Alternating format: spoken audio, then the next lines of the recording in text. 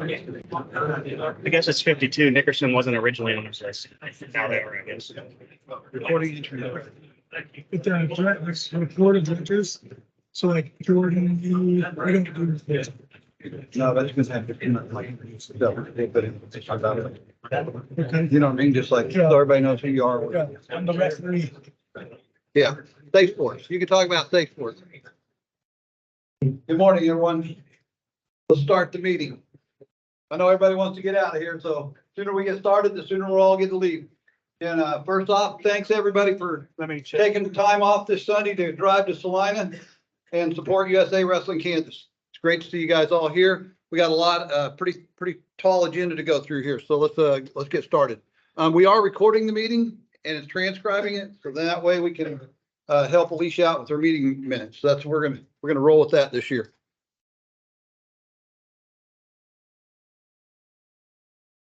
All right, we're going to kick us off with some special guest speakers.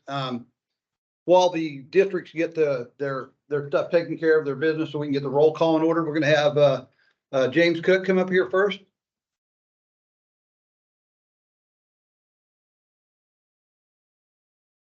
Hi, my name's James Cook. Some of you may know me, a lot of you probably don't. I run the middle school duals championship, 6 and under, elementary. Just kind of want to give you a background of that. Will actually started these dual teams probably back in 2003, something like that. It was a hand-picked team. I remember meeting at the Capitol Plaza at the state tournament in a little bitty room, about 8 by 8, trying to figure out teams. Did that for quite a few years. I went to Virginia. Still hand-picking teams. Somewhere around 2010, we started a tournament because what happened is some kids didn't make weight, and just we had a dream that we'd start a tournament, and we did start a tournament. I ran it in Lynchburg for a lot of years. And it just continued to grow. We started out taking 4 teams that at that time we was going to Iowa to an AAU duel. We did that for quite a few years. About 2014, we added the elementary division because the elementary was going to the Heartland duels, which we're currently going to, but they was hand-picking teams still too. And I just remember one day on the old talk forums that some of you guys that are old that remember how fun that used to be.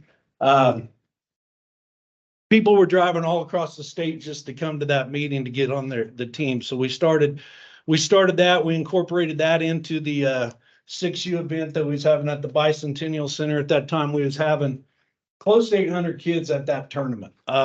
So then we about that point in time, the Iowa thing had it was at Simpson College, and it was kind of outgrowing. They did move it to Des Moines.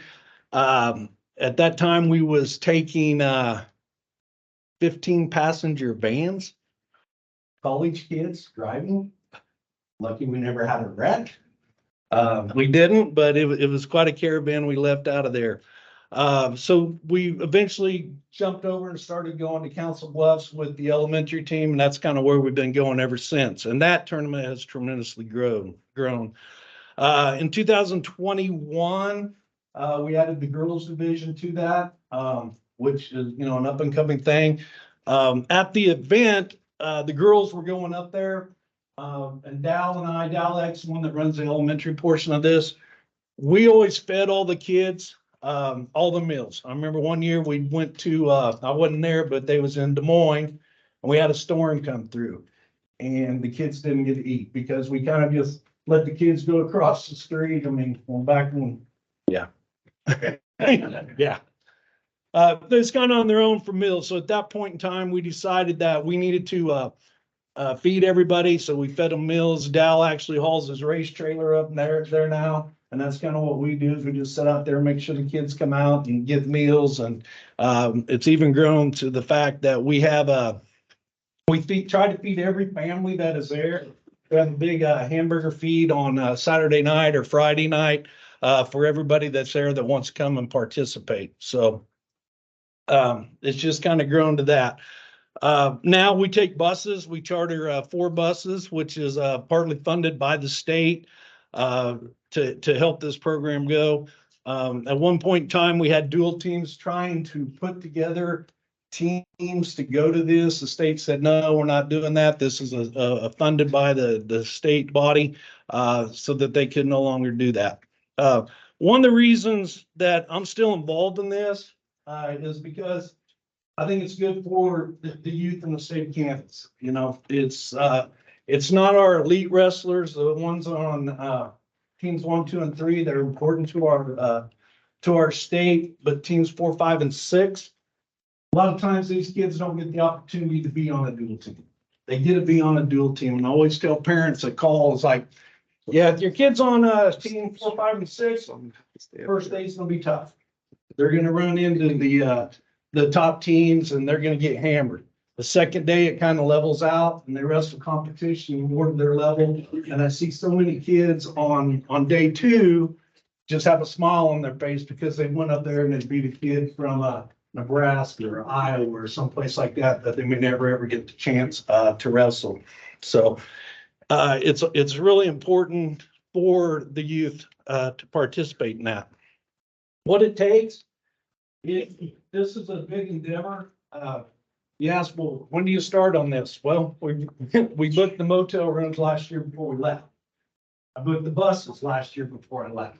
I mean, it's just, you know, you gotta stay on top of it. I'll order medals this week. I just talked to Frank, singlets. Anybody has any singlets assigned, let me know, okay? Will's got one someplace that he forgot 5 years ago. Where's it? Still can't remember it, but you know, it takes a lot to do this. Like I said, the singlets, the biggest thing I need is volunteers.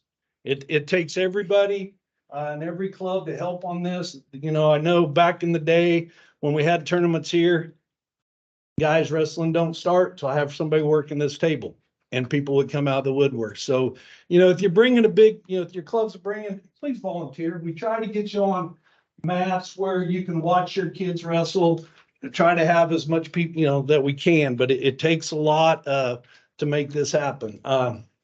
This year, we're going to simplify things. All of our registration there'll be some paperwork if somebody doesn't have it, but most of it will be done on Google Docs. So it'll make life a lot easier. Last year I was driving home from the National Women's Tournament and my phone started dinging. My daughter goes, "What's that?" I said, "Venmo." People are paying me with Venmo, and it's worked. So, you know, whatever we need to do to make life easier is what we're trying to do on that. So, you know, from the beginning, we tried to seed this. I was looking at brackets this morning. One year, a kid that won the bracket was unseeded and drawed the number 2 kid, blew the bracket up. So a lot of kids that have went through this, I mean, it's looked like this morning, one kid, 7th grade or 8th grade, I think it was 7th grade, finished 6th in this tournament, went on to win 3 NAI national tournaments. You know, so it's just how kids progress and being a part of it. So, you know, we've gone from coaches that were college kids to parents to a mixture of both. So it's just it's a growing process.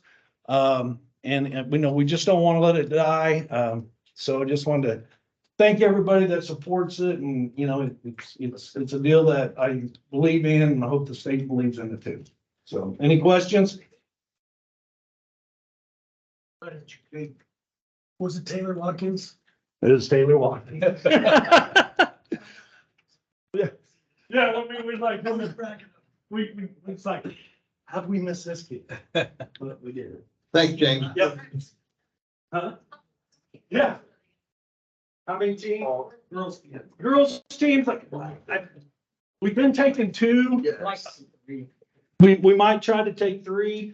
One thing I forgot last year, the high school teams always went to Colorado. Now they're going with us. So if we can take 3 teams, our problem is we already we got every room in 2 hotels. And Dal's not here to defend that, but I'm pretty sure we might be struggling. There are some other hotels we can talk. We haven't really got that far. But if we could take 3 girls teams, it'd probably be better. I mean, it's growing, so. Any other questions for James? Give James a round of hand here. We've been doing it for a long time.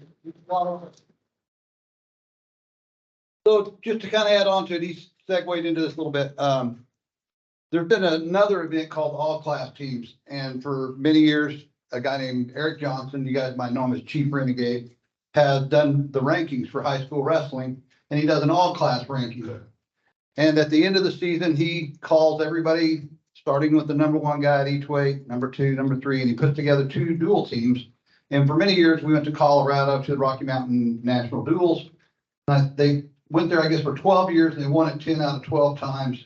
And largely funded by Eric and middle school dual funds and the kids as well. So it was not a USAW event, and we didn't really like that. But now Fred Franklin, the guy who heads up Heartland Duels in Nebraska, has added a high school division. So last year, for the first time, we took 2 high school dual teams from the all class rankings, same way we used to do the Colorado event. We took them to Nebraska as well.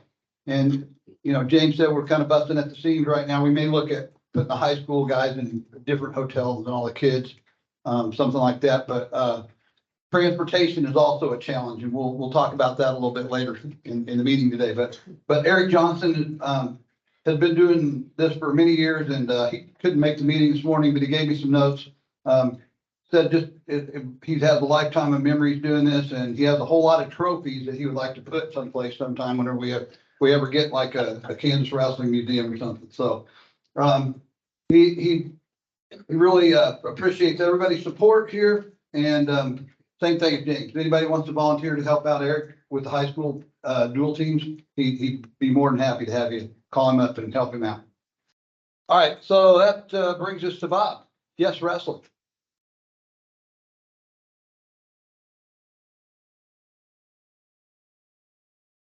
Thank you, Will.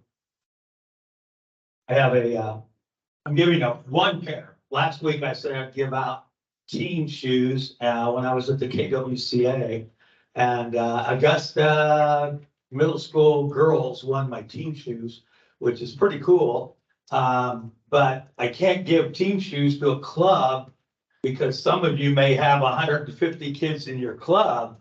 So I would give, if you hit my QR code and you register, I'll give you, the club persons here, a free pair of shoes, and we'll do that drawing tomorrow, and I'll send an email out. So I think, James, you might have had my QR code because my owner, she was in Wichita, and James was able to meet with Deb.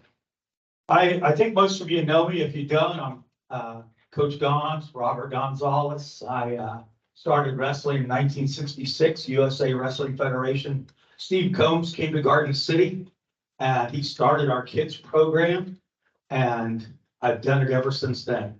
I coached all the way up till last year at Fort Riley Middle School, and then after 45 years, I thought, well, I'll just substitute. And along this summer, I don't know, Brenda and I were at a bank doing a retirement seminar or something, and there was this magazine about Yes Athletics. And it's a woman that started a company, created a company during COVID. She has 3 daughters that wrestle. One is now in college. One is now Hayden Catholic, and the other, the best one in the family, Ian, he's a 7th grader at Landon Middle School. And so I said, you know, let's buy local, let's spend local. It's a Kansas grassroots. 35 years ago, 2 kids from Kansas had a dream, and they started the company, and now it's worldwide. And that company's blue chip. And so when Jason Heslop and Don he started that when they came out of college. And we remember my teams had to duel those 2 guys when they were a Mission Gay. So we're talking grassroots. This is a grassroots organization. All of us put in time, effort for our kids. And the rewards are unbelievable. For me here in Kansas, with Dr. Sherry Elvin, I got to take teams to Europe, Mexico City, we wrestled Florida Jets, all these we took kids everywhere. And just like James Cook has done, there are some of you in here that give all your time and effort. And that's what I'm doing. I'm giving back through US Athletics. We're sponsoring 2 girls tournaments for December 3rd. McPherson kids, Wamego girls, both those tournaments. We sponsored last week. Fort Hays had a prospect camp. We sponsored that camp. We gave team shoes out last week. I did a clinic Wednesday night in DeSoto. Javier Vieira, kid that grew up right here at Slime South. Known him for years, since he was little. His dad, Dave, got him started. I did a clinic, had a couple of the girls come over with me, and we put on a clinic. And I had a 2nd grader come up to me, and she says, I want to do this. That was my greatest joy. Okay. I'm doing a big free clinic in Topeka next Saturday. All area clubs, I don't care if you have to drive 50, 60 miles, come in. We're going to make it worthwhile. Fairlawn Plaza Mall. We're putting a full mat. Shawnee Heights is donated a mat for me to use. And I'm putting on a clinic. I don't charge for clinics. Okay. I'm there to help our kids. And I teach 7 basics of wrestling. I asked Will and I asked the committee, can I come and tell you about our company? I hope, my sincere hope is that our company will grow like Frank. I remember Frank's first year as a salesman for Jeff. Great kid. We were on speed dial for years. And he is a great kid. I hope our company goes out. I am the first salesman in the company. Deb was running at her, she's a widow. Her husband died. She's got 3 girls. They're involved in sports. She's running another company, and then she started this company called Yes Athletics. Okay. And so I've taken 50 to 60 hours off her plate. I'm having a blast. Don't tell my wife I'm having fun. I'm going around talking. You know, I call all people in this room. I'm having fun.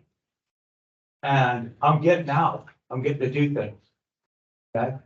I pass that sheet around. I'll be at the back of the room when it comes back. You know, hit the QR code. It allows me to email you, come to you, talk to you. If you like our product, great. If you don't like our product, it's okay. All right. I'm sure Blue Chip, when they started, they got turned down. Okay. You're not going to hurt my feelings. I'm here to support you. Okay. I'm doing a clinic in Garden City at the end of the month, going to Great Bend, Barton County, doing a clinic there. Okay. I hope to call on those schools in those neighborhoods. If you know me, you know, I give time to youth wrestling. I give my time to youth wrestling. And I get to see a lot of my friends. Okay. These guys were all young. I remember when Kurt Lang started referees. Got a little more hair. I love you guys. If there's anything I can do, we're going to grow. Our company is growing. Okay. Deb just hired a guy in Georgia to cover the southeast part of the United States. I cover this part of the Midwest.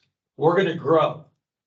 If you don't believe that the wrestling explosion is on, man, you're naive. It is growing. Thank you very much, Will. And USA memberships. Thank you. I'll be in the back room. Thank you, everybody. Bob.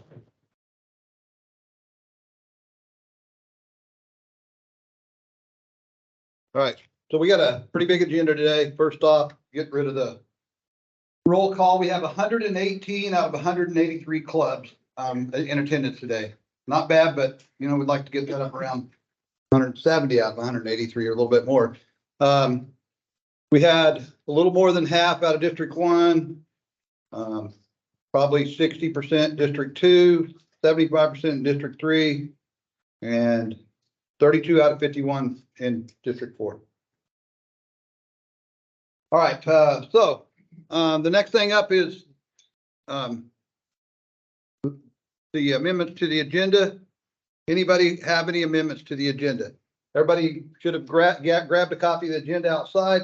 I emailed it out through the USA Wrestling email system. So everybody should have it. Did anybody have any motion to amend anything to the agenda? All right. Not then we'll go on to approval of meeting minutes. 2023 state body meeting minutes were posted late this year. They were posted on the website. Everybody's had a chance to review them. All the board has reviewed them and approved them. Does anybody have any issue with the 2023 meeting minutes from the state body meeting? All right, all in favor of approving the minutes from 2022, 2023? One vote per club. Raise your hand. Anybody opposed? All right, thanks. That takes us to the report of the officers, and we're going to start off today. I have every officer on here. Some of the folks are just going to get up and tell you what they do, what their position is about. Scott's going to start off. He's a folk style director, but he also runs Southern Plains. So I think he's going to elaborate a little bit on everything he does for Southern Plains. Oh, he's not back from checking out of his room yet. Kurt, do you want to go to yours then?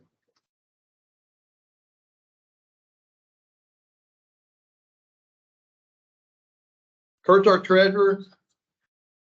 It's a big job, guys. We spend about $350,000 to $400,000 a year. We collect monies in for events. It's the state tournament. We write a lot of checks. There's a lot of accounting that has to go on. We had about $275,000 worth of assets that we've nearly totally depreciated. He'll show you that. It's a big job to be the treasurer. It's a tall ask for a guy to do this for free, and I really appreciate Kurt doing this. His volunteer is unreal. You want to move that there? Yeah.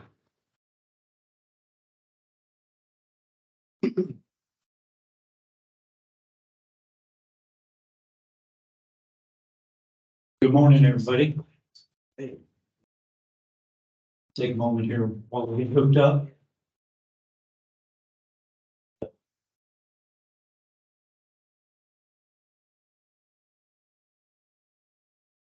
It has been a busy year. I think someone told me this morning, I think the finance guy's busy all the time. And I tell you, it really is around the clock. It isn't just the season of wrestling that the treasurer stays busy. Yeah. Okay.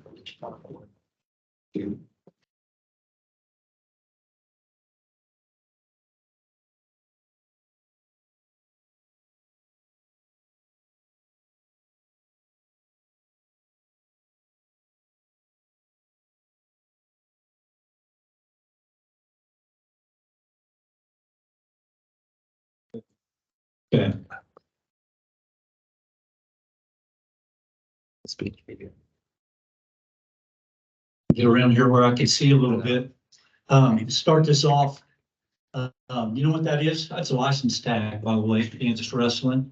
Anybody thought of that?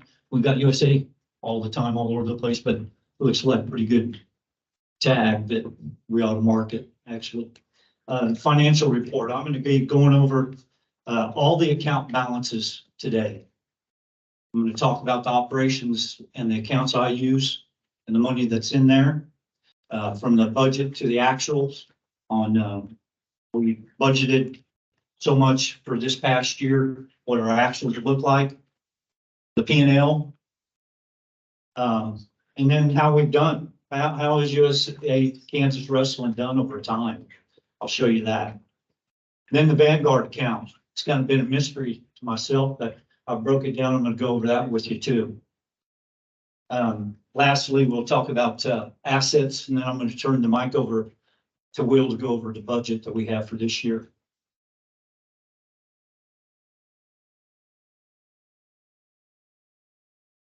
Start out this here. First of all, it's an honor being your treasurer. I enjoy working with all kinds of people all throughout the year. Like I said, it's busy, but it's a great honor to support and serve this organization. The reports that I'm going to be putting out there are going to be available on the website. I think that my contact for website reports and getting them on the website changed, so I just got to find that person and get them uploaded. With that, This is an actual view of that website. You can see that. You can see the budgets for previous years. You can see the financial reports relative to P&Ls. You can see what we submit to the federal government on the Form 990 report to them. Then, of course, there's state body minutes and meetings from the executive board on there too. Okay, so all this from a transparency standpoint is going to be on the website, just like it was last year.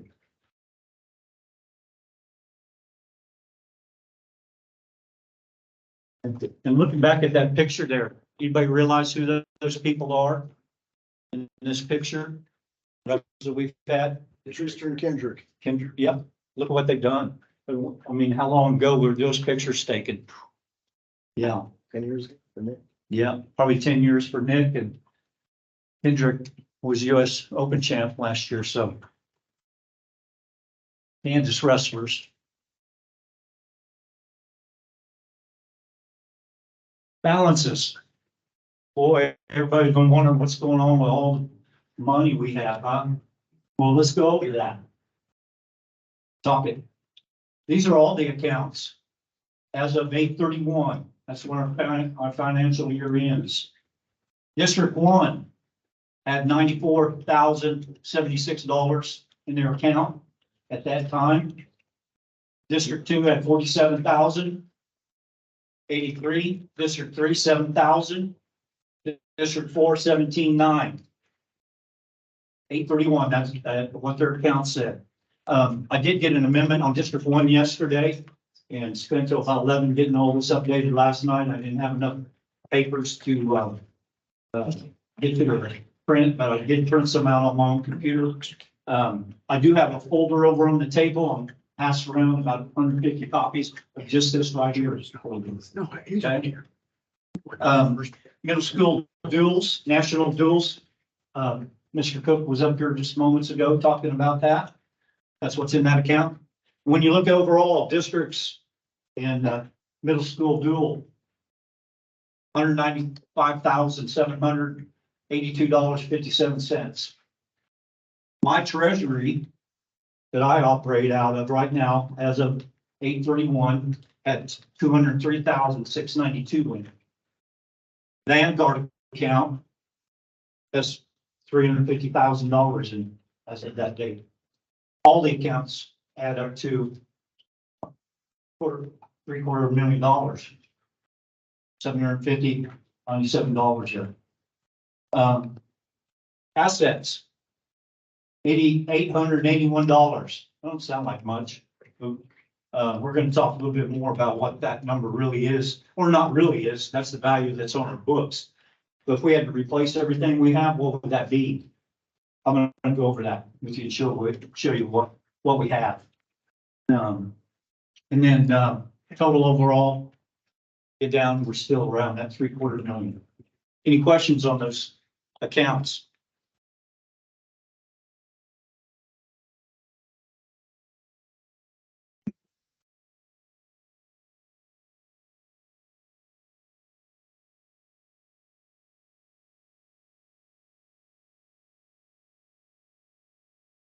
Bear with me here.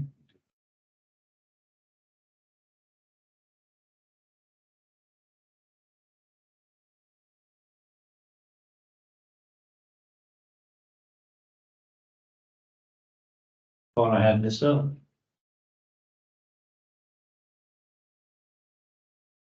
So this is the summary of budgets and actuals this year. We budgeted for this year $300,000. Quite a bit of money. We're going to go over the detail of what that looked like, because actuals against our revenues, 300,000, we took in 270,745.91. And you can see as we break down the top, membership fees, we planned 165,000 come in on that. We actually grew this year, 190,000 came in. We gained $25,000 on that line item. State tournament, we planned $85,000 on that, but 47 came in. The truth of it is we made $93,000 on that tournament. The funds for the gates didn't come in until just last month. That was $46,000. And, altogether, if you had the 46 and 47, you're right at 93 on what we actually took in on state tournament. We couldn't put it in this fiscal year because it already had ended. Clock revenue, plan on 25,000, only 4,500 came in. Richard's working on that right now, getting invoices in for all the clock rentals and equipment that went out. There was a deposit of $5,500 made Friday night. Yeah. Yeah. And it'll post, in this coming year. Oh, Okay. And then the Fargo fundraiser. This is money we set aside to help get costs and sales of, t-shirts, to raise money. And we plan on about 25,000, came in at 28,000. So overall, you can see we're the, $270,000 paying. And, if that money had all been there, we'd have beat all that. And we did it actually, but just not from a financial standpoint at the time we closed the fiscal year. Expenditures. Get back here where I can see. Camps. Earlier, I keep hearing this thread out there about volunteers. And there's an awful lot of stuff that goes on within Kansas wrestling. And believe me, there's money out there to do things, and sometimes we don't spend all that money. So it isn't just always the same people doing things. So I'm going to encourage and speak that if this money is available at the club levels, at the district levels, let's go spend it on camps. So let's go take care of spending this money, because you'll see we had budgeted $6,000 for the freestyle and Greco and folk style clinics. 6,000, 2,000 were spent, 4,000 left over. Districts had 2,000, we spent 500 of that. Regional Training Center, $6,000, we didn't spend it. So I'm gonna encourage people to be involved. I mean, it's endless on the help that we need and how people can contribute. And there isn't anybody in this room that gets paid for any of this. Okay, there are no board members, nothing gets paid for this currently today. Okay, so it's all volunteer. It all happens because as a whole group, we make this happen, all for Kansas wrestling. And I will reiterate that as I go through this report on how much volunteers and people are needed across the board. 16 and under duels. You see, we had it budgeted for 15,000. We came under it. Heartland and Elementary, we pay for the buses to go up there. Put 14 grand on them. Got spent. Folk Style Nationals, we beat that budget there, 5,000 to 35, had a little left over. Freestyle Greco Kids Nationals, we budgeted 4, we spent 7, a little over, about 3,192. Junior Duels down in Tulsa, budgeted 13,000, came in at 13,500. Cadet Junior Nationals, 50,000, we spent 46, almost 46.7 thousand on that line item. Preseason Nationals, 3,000. And we overspent that by $523. 1,400 duals, schoolboys, 22,000. Didn't spend all of it. We got it all done within the budget, no problem. U23, we had 8,000 budgeted. We spent a little over 176 over. Nebraska had a new tournament this year for 12 and under. U12, I mean, and had 5,000. We only spent about 1,500. There's a little left over from there. Journeyman, we had $2,500, 24.94 got spent. And then the Southern Plains, we plan on 14,000. That the entry level on Southern Plains doubled this year. Is that true? Doubled? We didn't have, I mean, we took in a lot of money, and in the long run, that's why this became 4,000 on in the end when we got done accounting for everything. So we had savings of $9,000 on a little more on that. Colleges, this didn't get spent at all. Elite athlete, we had planned on $7,500, didn't spend any on it. Computers, 12,000, we did really well hitting that, 165 over. Mileage, we planned on 1,000, it came in at 4418, a little over by $3,418. The officials, 20,000, budgeted, came in at 19. Rule books, did everybody get the rule books? We plan on 18, came in at 1470. Triple Crown, 2,500, we spent 1,630. On the women's, we planned $40,000 and came in at 29. Last one's state office.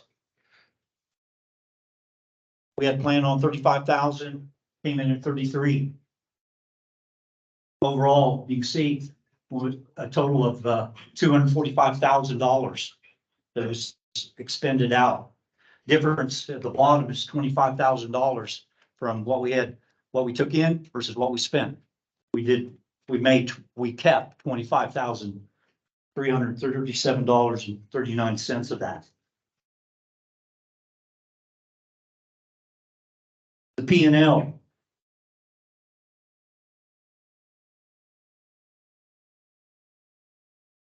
Excuse me. This is a chart across the board that gets posted out there, but it takes every category we have that's on that line item, puts it across the top. And it goes 2 more pages over to the total.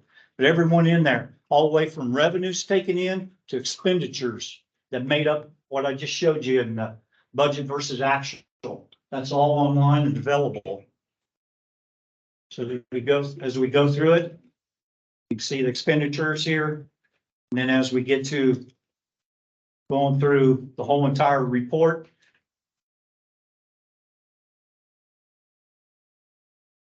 I'll go up here for a second. This is where everything came in on under revenues. As you can see here, we took in this operating, even though we have a budget, we have so much churn in operations. We took in $609,000. We wrote off amounts that we paid for our t-shirts at the t-shirt sales for state tournament. Left us $594,000. So just some clarity on that. What that is, that's when your kids pay their share on middle school duels, you pay your $200, or on junior duels or Fargo. That's part of that number. That's where that income comes in from. Yeah. So Kurt rolls it all up into a gross number. So it's not really money that we earned from hosting tournaments or whatever. This is money that was paid by the grassroots to participate whenever you do your buy-in to an event and attend an event. Yep. It sums everything up and it lets you know the churn, the overall amount that we generate as an organization. You can see the expenditures here overall. That said, let's go back to my presentation on treasure. As I took those top 10 on expenditures. That's that profit and loss down here at the bottom one I just showed you over at the very edge. This was the revenue, this was the expenses over here. But let's look at the top 10. The top 10 equated to $482,000 that we spent, up to 565. Okay, and we go around that circle. The blue one up there is 10. So let's go over that travel and mileage. $114,000, getting kids around, going to places, all the tournaments we take them through that you saw on the list that we spend money on. And there's a game plan relative to budget item for that this year too. I'll let Will go over that. Lodging, housing the kids when we take them to tournaments. Meals, feeding them. Shirts and other gear, $53,000. Gears and stuff like that, and that's for everything. Entry fees paid, 41,890. Officials, 35,000. Contract labor, $27,000. What's that all about? What is that contract labor all about? Bringing mats in and. People we hired to help out. The other portion of that $15,000 of that went to our media and membership director as contract labor there. You can see awards, then coaches, 17,000, rent, 12,000. That's the top 10 of expenditures we do. Any questions so far?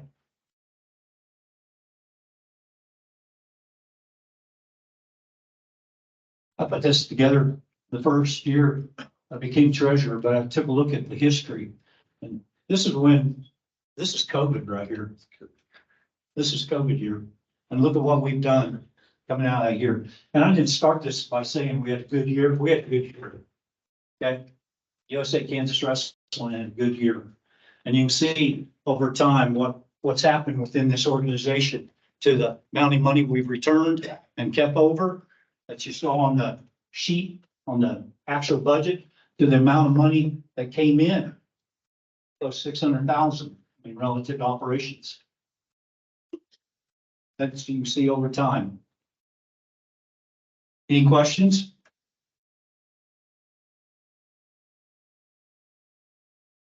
We'll go over to that Vanguard account.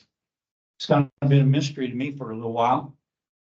But we had $350,000 and we do have $350,000 in that account. Last year, when I reported that, I had a little snip from Mike that talked about setting up a war chest.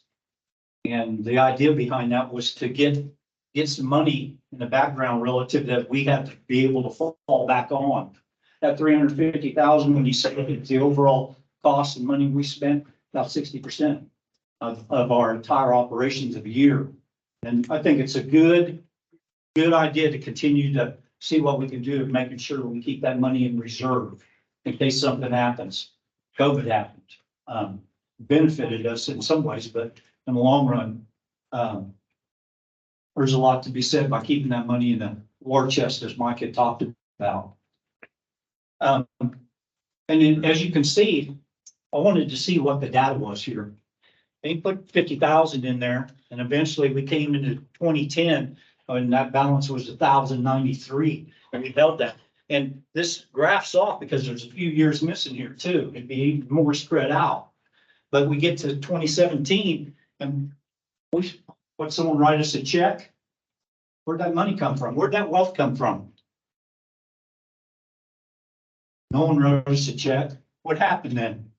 State tournament. State tournament. It's not bad one either. If I go back to my previous slide, is there any indication of what happened in that year?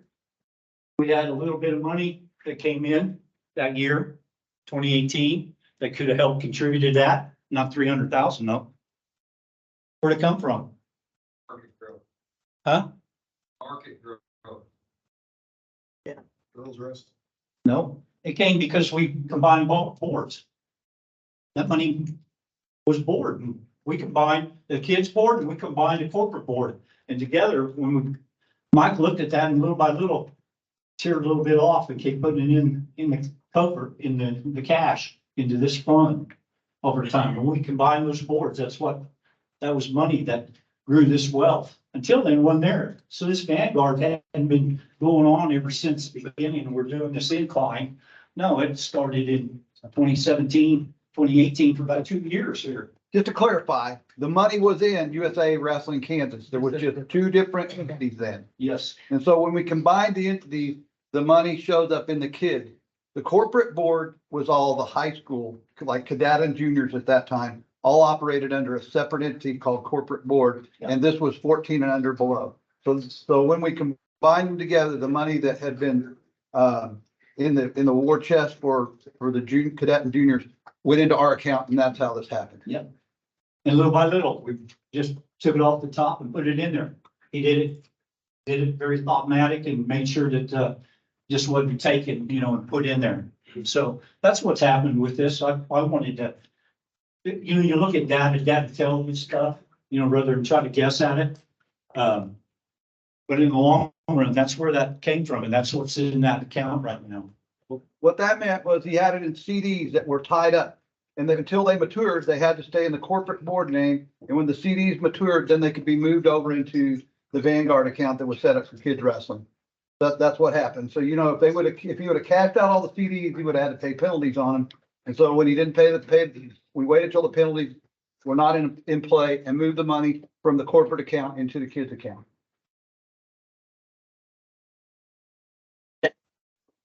So I encourage us to continue to keep that war chest and a backup, something in case something happens. It was deliberately done. So let's build upon that.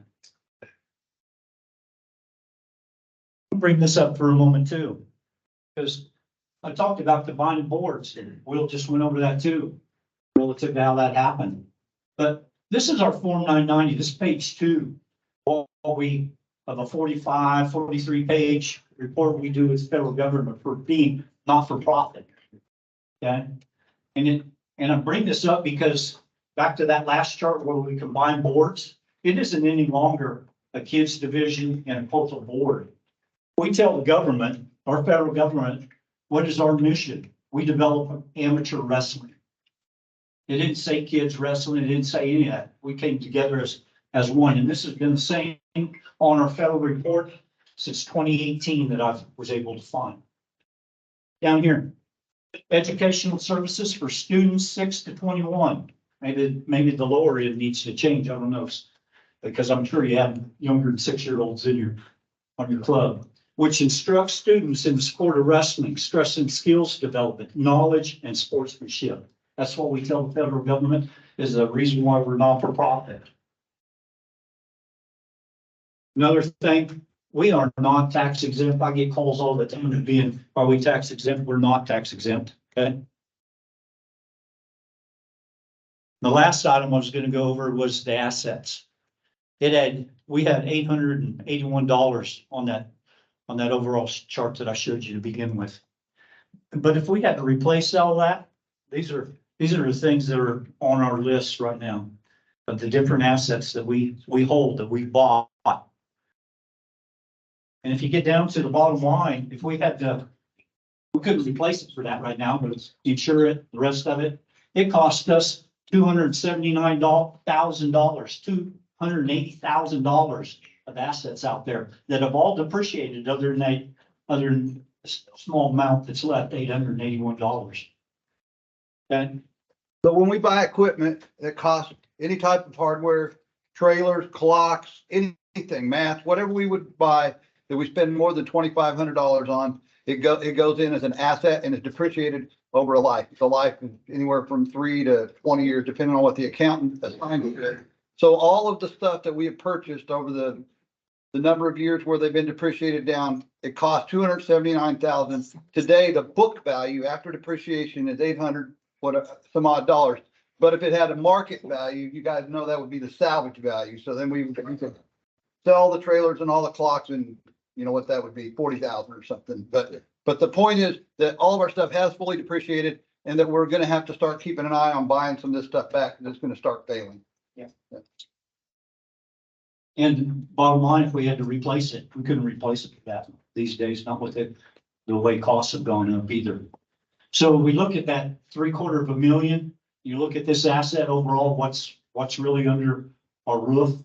We're a pretty good sized organization, a little bit over $1 million, but not on the books. Just overall, as you see, that the ledger shows relative to assets, what we file with the federal government.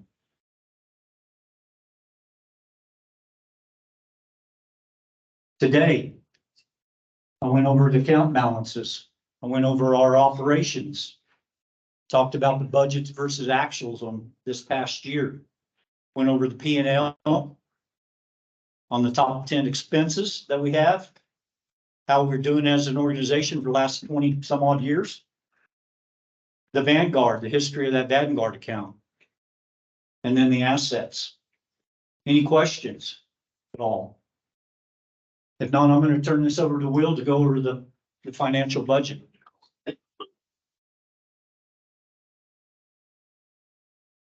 All right, so you guys have already seen this. You went over it, what we spent last year, what we didn't spend. So there's important things that I want to point out on here that changed. Go ahead, scroll on up. Up? Yeah. Okay. You guys have all seen all this before, but some things that we have added this year. We added the depreciation on here and this cost. As it stops moving. Anyway, we added recruit and retain wrestling. So we have money, we need to spend it on things to grow amateur wrestling. So we've set aside $10,000 this year that we would like your help with coming up with ideas. We have pockets in the state that their wrestling has suffered from a population standpoint over the past 10 years.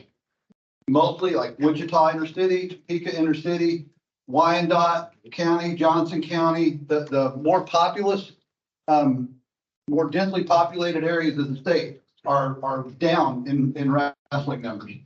And so we would like to have ideas on how we can recruit and retain wrestlers to continue to grow the sport. So that we set aside $10,000 for that. Then we also set aside some money, $6,000 for recruit and retain officiating. For that on your third. Is just built into the official budget. All right, so we also did the same thing for officiating. We set aside $6,000, not on here. We have, Dylan is going to work with an official in each district. How do we educate our wrestlers to become officials? And how do we keep them in officiating? And you know, that's going to open up a whole Pandora's box of ideas, but we would like to figure out how we can invest in officials. Last year, we bought them, if they were first year officials, we bought them their uniform and paid their fees to get in. We know we have to have officials to be able to have wrestling.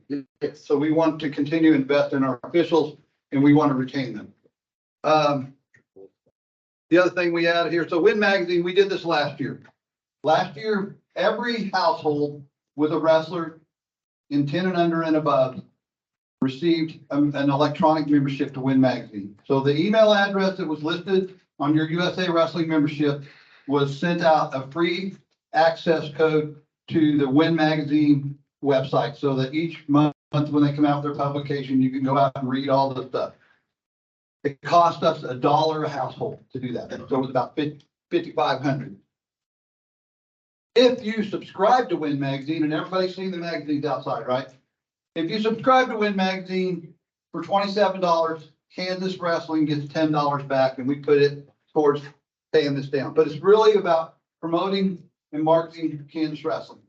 We have a couple of guys who work on articles each month, and we get a full page in that magazine to promote Kansas Wrestling. Stories about the kids, stories about the programs, stories about the history of Kansas Wrestling. So that's something that wasn't broken out on the budget last year, but is this year. And then lastly, we have the Kansas Wrestling history. So we recognize that our sport's been around for almost 100 years now in Kansas. I think it's actually the first state term was in the 30s. And we want to make sure our community, our wrestling community, is aware of the history and the legacy that are out there in Kansas wrestling. And right now, one of the project we're supporting for the first year of adding this on here is Pat Kelly is writing a book on the Kansas State University wrestling program. They were the last Division I program that we had here in Kansas. And there were a lot of guys from Western Kansas and all over the state that wrestled at K-State over the years that have some really great stories that we want to pass along back to all of our members. And so we're going to basically, we're subsidizing writing the book, and then when the book sells, that will go back towards the Kansas Wrestling History account so we can work on other projects too. We're going to dedicate a part of our website to Kansas Wrestling History so that we can recognize important individuals in the history of wrestling in Kansas. So those are the changes that we made. Are there any questions about any line item on the budget? All right, so we're ready to, yes, James. I just want to make sure. So under the recruit and retain, I know we earmarked 10. Are we earmarking 10,000 to the grow wrestling thing as well for like the grassroots, like kind of like the beat the streets type thing, or is that the same thing? It was the same thing. Okay, copy. Yeah. We're collecting ideas from everyone. Yeah, we're collecting ideas for that. So reach out to your district director and give us ideas on how we recruit and retain wrestlers. If you have ideas for officials, the same thing, reach out to Dylan or your. No, we have a forum. Oh, yeah. Yeah. For the growing wrestling, we have a forum. It'll be available on the website. Anybody can submit ideas. And we'll try to categorize them down. So we'll send out an email through the USA Wrestling web, and everybody will get that link. We're gonna drive all the traffic to the USA Wrestling website. Is Jacob Gonzalez in here by chance? Jacob? No. Okay, so give you an example on this recruit and retain, and there's a lot of different ways to look at that. There's no right or wrong answer. So we're saying we want feedback from folks that is what we need. So like an example is what Jason or what Jacob did out there in Santana is setting up that club where they had never had. There's another, yes, it's not like the guitarist, but what he did out there is it's a way to get wrestling growing in areas that maybe have never had wrestling before, if that makes sense. Okay, so they would have startup funds to get a sanction. Maybe help get some singlets, right? Maybe offset a facility costs. I mean, that is one of the examples that we came up with to help do that. So just to kind of give you some insight, but there is no right or wrong answers on this. I see Jeremy Jackson sitting in the back. I mean, one that we discussed is like Wyandotte County, right? How do we get wrestling kind of growing back up there in that area, setting up, clinics and stuff like that for kids and some of those, in some of those areas. So any ideas, we will be more than willing to take. It's just for your memory, it's a chief, not the guy who played at Woodstock. I know. My addition on to that, we have a great example. We have a great example of a club that has the inflated dollar that doesn't have the same use that other clubs have, like the benefit of having tournaments that we've been able to stable ourselves. So what I was gonna say to recruit and retain wrestlers, make sure that we actually get in contact with Beat the Street program. They have some great ideas how we can do this. And USA Wrestling has a program they're working on right now called intramural. So let's take, for instance, let's say Wyandotte County decided they'd start up a little league and they'd have all their kids wrestle each other, not go to tournaments outside there, just to try to grow wrestling. They only charge $10 for that kind of card. Now, the moment you go outside of that league that they've set up, you're gonna pay $45 for a full USA membership. But that's part of the Beach Street program. They want to get into these places where kids can't afford it, and that's what we want to do. We want to help you. If somebody has a program, they got 10 kids and they need $100 to pay for the 10 kids, that's an idea. County Mission School District is a good example right now. That area used to have a lot of youth programs. I think it has like maybe 2 right now. And their high schools are suffering terribly. I mean, if you put all the County Mission high schools together last year, they might have had a JV and a varsity added together. I mean, it was bad. So we want to look in those areas. In Kansas, in USA Wrestling Kansas, the number of male athletes in Johnson County since COVID is down around 800. Now, the total number is up greatly, but that's because of girls. All right, any other questions on this budget? Enough about money. Scott? Thank you, Kurt. Will, we hope to approve the budget. Oh, yeah. We have a motion to approve the budget. Make a motion, we approve the budget. Anybody second? I second. Charlie, seconds it. And, all in favor? One vote per club. Anybody opposed? Unanimously approved.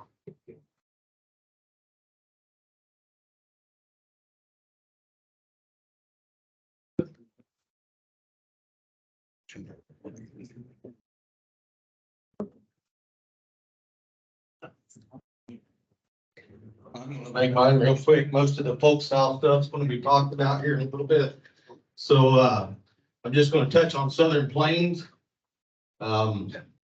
It's been held here in Dodge or in Kansas for almost 21 years. Is that right, Bill? Yeah, I think so. 22 of the last 24 or something. Yeah. And, we moved it down to Mulvane. Last year was phenomenal.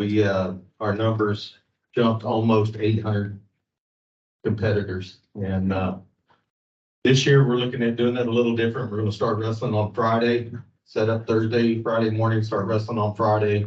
Saturday and Sunday. Any questions? We need volunteers for that too. Anybody wants to come down to Mulvane, doesn't matter whether you wrestle freestyle or Greco. If you want to help out at a table or help out with there's a lot of work to that tournament. It's an awesome event, and maybe it'll get you interested in freestyle and Greco. All right, next up we have Mark Stanley. Mark Stanley, give us a summary on the state tournament.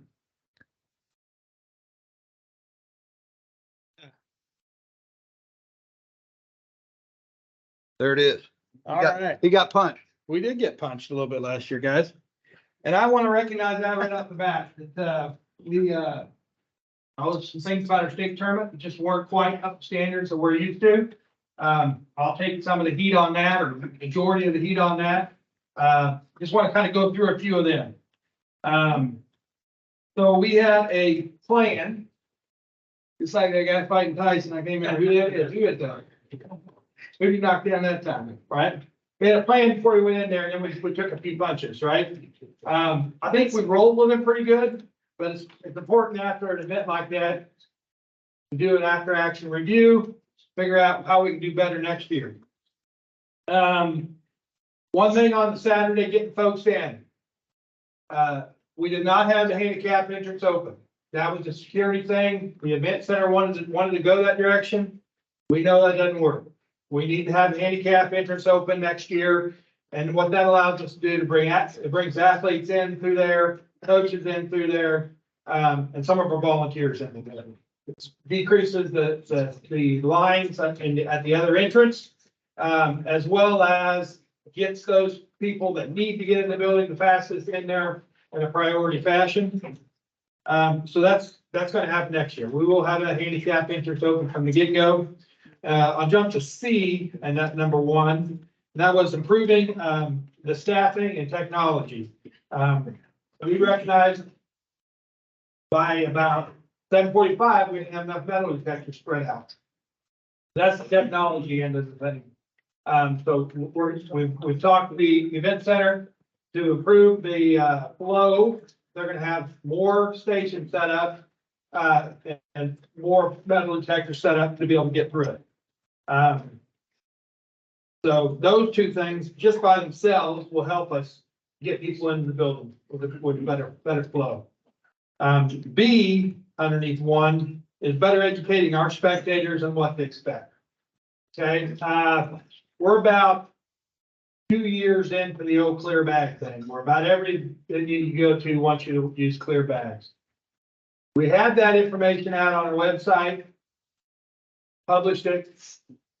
Wasn't clean enough. Folks didn't understand that part of it. There was a little bit of that combined with the mixing of the athletes versus the spectators coming in, where we didn't have the handicap interest in. It helped all this stuff. Just basically, it failed.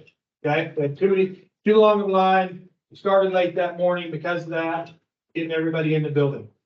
Thank God it wasn't raining that morning. If it would have been raining, it would have been a mess, right? But we got to get folks in.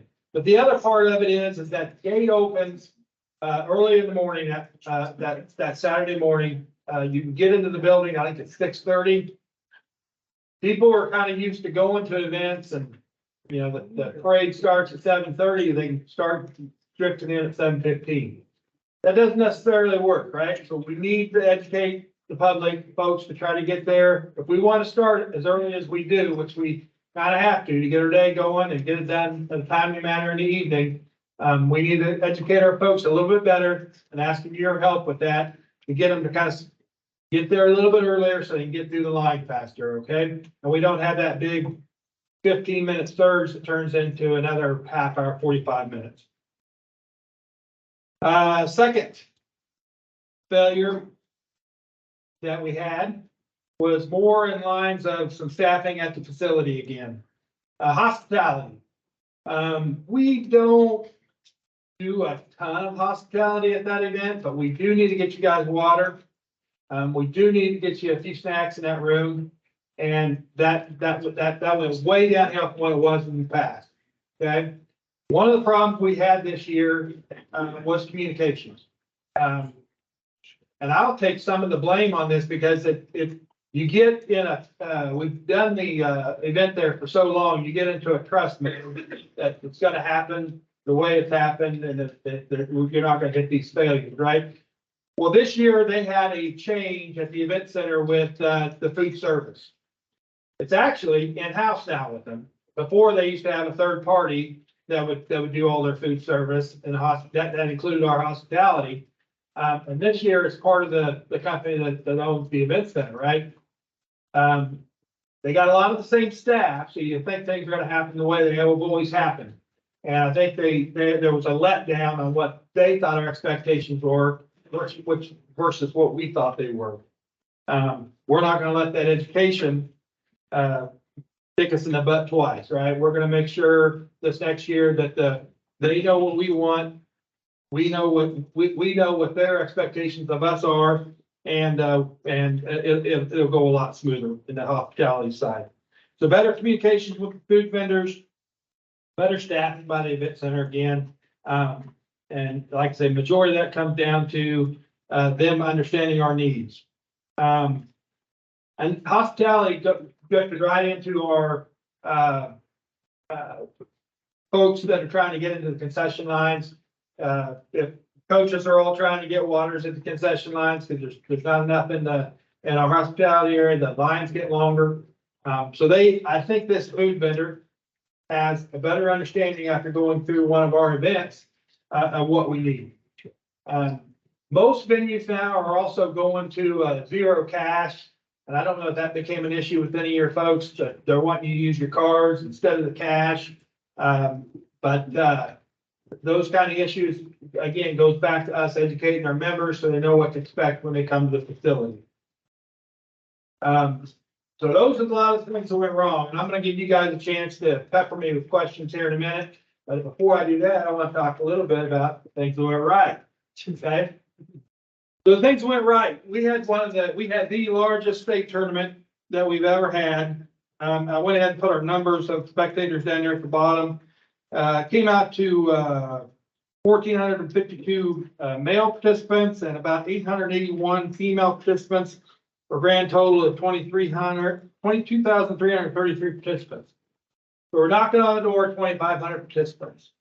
2 years ago, we went to the Friday night format, where it's a 3-day format now. If we wouldn't have done that, I think 2 years ago, we probably could have survived it.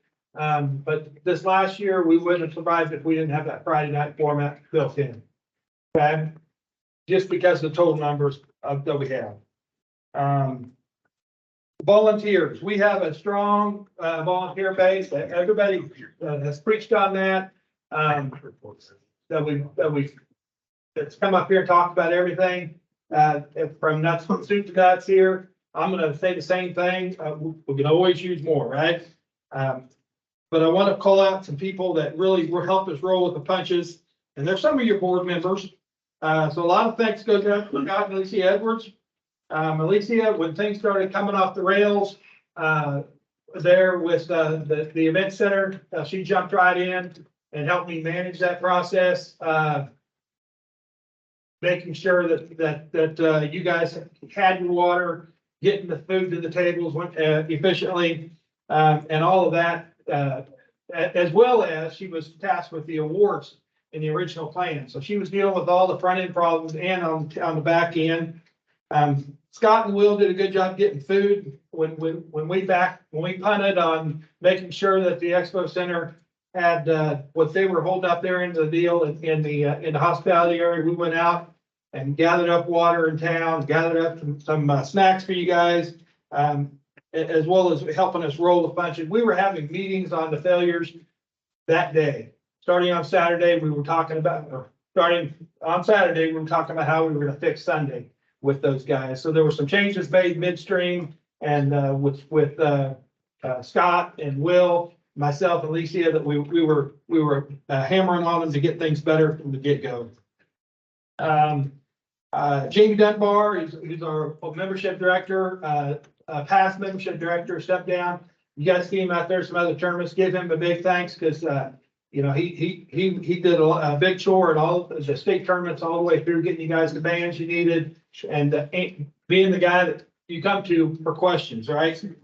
Jordan Best, who's kind of taken over some of those roles, we're dividing that out a little bit between a couple different people. Has been helping with state tournaments, going back, what, 5, 6 years now at least? Or- I don't know how. I know. So he told me this morning, he drove over with me, told me he was voluntold, but he is a strong asset that we have, and give him a pat on the back. He's stepping up to do some more stuff for us in the state organization. Our state tournament committee is made up of your district directors. All of those guys behind the scenes going into the tournament. So that's Wade Doering, Richard Salyer, Rich Zimmerman, and JV Harding, right? So those guys put a lot of work in leading up to the tournament, and they needed big things. That being said, all of our USA clubs, all of you guys, right? From getting your kids prepped for that tournament, letting them know what to expect, letting the parents know what to expect. Volunteering, we have, you guys run those tables. At least that's something else Alicia does a good job helping me with, making sure, taking the information given to her by your district directors when we sign up for those tables. And all of that stuff we can't run this tournament without the volunteer base that we have. Keep up good work, keep coming back, keep raising your hand when you're asked. So the USAW clubs, the coaches, the athletes, and all your families, right? So thank you for letting us host that for you guys, and we'll keep putting our best foot forward. The official numbers, I put in, this will be part of my report. The official numbers on what the tournament brings in are in Kurt's report that he puts out. My numbers match his pretty close. His numbers actually say he made just a couple $100 more. But that 93,163.96 is the number that Kurt reported that we made. I had it down at 92.9 something. Just kind of put it in reference. We made our net on 2022 was 84,554, and we budgeted that tournament this year to bring in 82. So we did better than our budget on the finances, which we should, if it's the biggest tournament we've ever run, we're expect that it would be better in our numbers at the end of the day. But things we can improve on, things we did well. Does anybody have any questions? All right. I was gonna add, Separate boys and girls. So we are going to put out a survey. I'm waiting for somebody to bring it up. Last year, we did a grassroots survey on the issue that you just brought up. Okay, so right now we run a 3-day format. We put high school on Friday. They're the older kids. They can deal with getting out of school a little bit easier. It's a shortened window for them to wrestle in. So they're wrestling from about a 4-hour window. And we get them all through there on that Friday night. Okay. There has been some that have wanted us to push all the girls to Friday night. Then we're dealing with our 8 girls, some of them 6s, all the way up through the high school division on that Friday night. The survey we're going to put out is going to ask your opinions of that, what you want. Last year when I did a grassroots raising of hands or a straw poll within this room, it was pretty much overwhelmingly that we wanted to keep it where everybody had the same experience, more or less, that we're all wrestling. If the high school division is only in that 1-day format, I thought they were better able to deal with that. So there are a couple other ways you could do this, right? You could have a standalone girls tournament, right? We made some decisions a few years ago that we wanted to bring them all under one roof, same weekend. So that's where we were at. So I think the better way to do this is through a poll. with multiple questions, but I will just ask just generally from this group for a raising of hands. So a straw poll is with the format that we had last year, knowing that we had some problems we got to fix that are unformat related. Would you like to see the format we have, the 3-day format with high school on Friday night and the other divisions wrestling on Saturday and Sunday? Or would you like that format to be changed? So yes would mean, if you raise your hand, you prefer to stay as it is, where high school division, girls and boys is on Friday night, everybody else is on Saturday and Sunday. So yes, give you a raising of hands for yes, you'd like to keep it as it is. Do we want to count the bill or advance? I think it'd be a lot easier to count the guys who say. Okay. All right, now the no is you would like to see Changes made. a change made. Change made based on. And so the change made. Any change, just any change to the current format. Oh, I mean, it's pretty crowded, right? You do the final introductions, it takes 30, 45 minutes. So, If you sit down. yep. okay, so but let's just get a count. Who wants to change it from the existing format? How many people? Raise your hand high. 4 people, 5 people, 7. You gotta remember too, right? Like there's a lot of different. No discussion. 7. Well, let him run this. Let Mark run this No, meeting. I understand that. Yeah. So- No, you don't. Or you would be him right now. But the reason I say that is that he's got a bunch of different solutions. So when he's saying changing the format, it doesn't mean the girls are gonna, get shipped off to Timbuktu and some other event. It could be running women's on Friday or starting earlier on Friday, right, with our high school divisions or women's divisions. There's a lot of different solutions to this than what meets the eye is what I'm. We can, like, so Yeah. let's poll with some different questions, but being that was brought up, I just feel what this room is like right now. Right. So if that was the change, to move all women to Friday, does anybody support of that change versus having it spread out like it is now? All women to Friday. Okay, but there will be a formal poll coming out so you guys can express it. One last thing on the state tournament operations. We were working with Blue Chip on this clear bag thing, and we will probably be sending out an email to all the clubs before state, giving you the opportunity to get a deeply discounted or maybe even free, if we can find a sponsor, clear bags for your moms. Okay, that's just something else we're working on. Ed.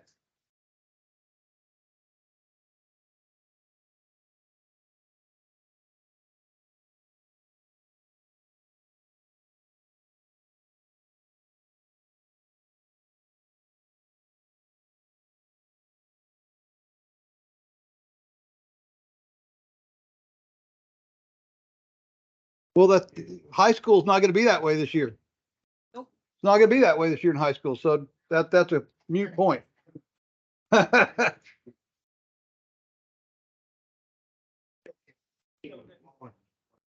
one of the changes that we talked about doing.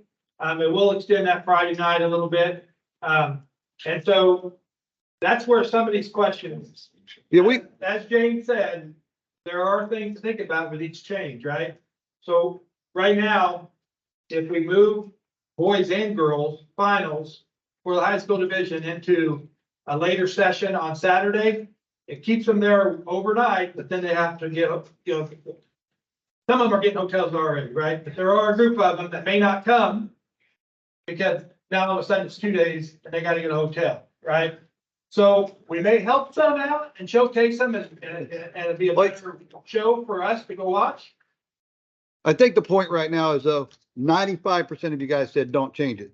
So if you got changes, and we're going to get into this in a minute, you can type up your changes, send them in to us, write them up, and we can consider them later. But right now we will operate on a majority vote, and 95% of you in a straw poll said, let's not change this right now. So we'll send out information to keep working on this. We're not saying we'll never change, but right now I don't think it's the time to change it.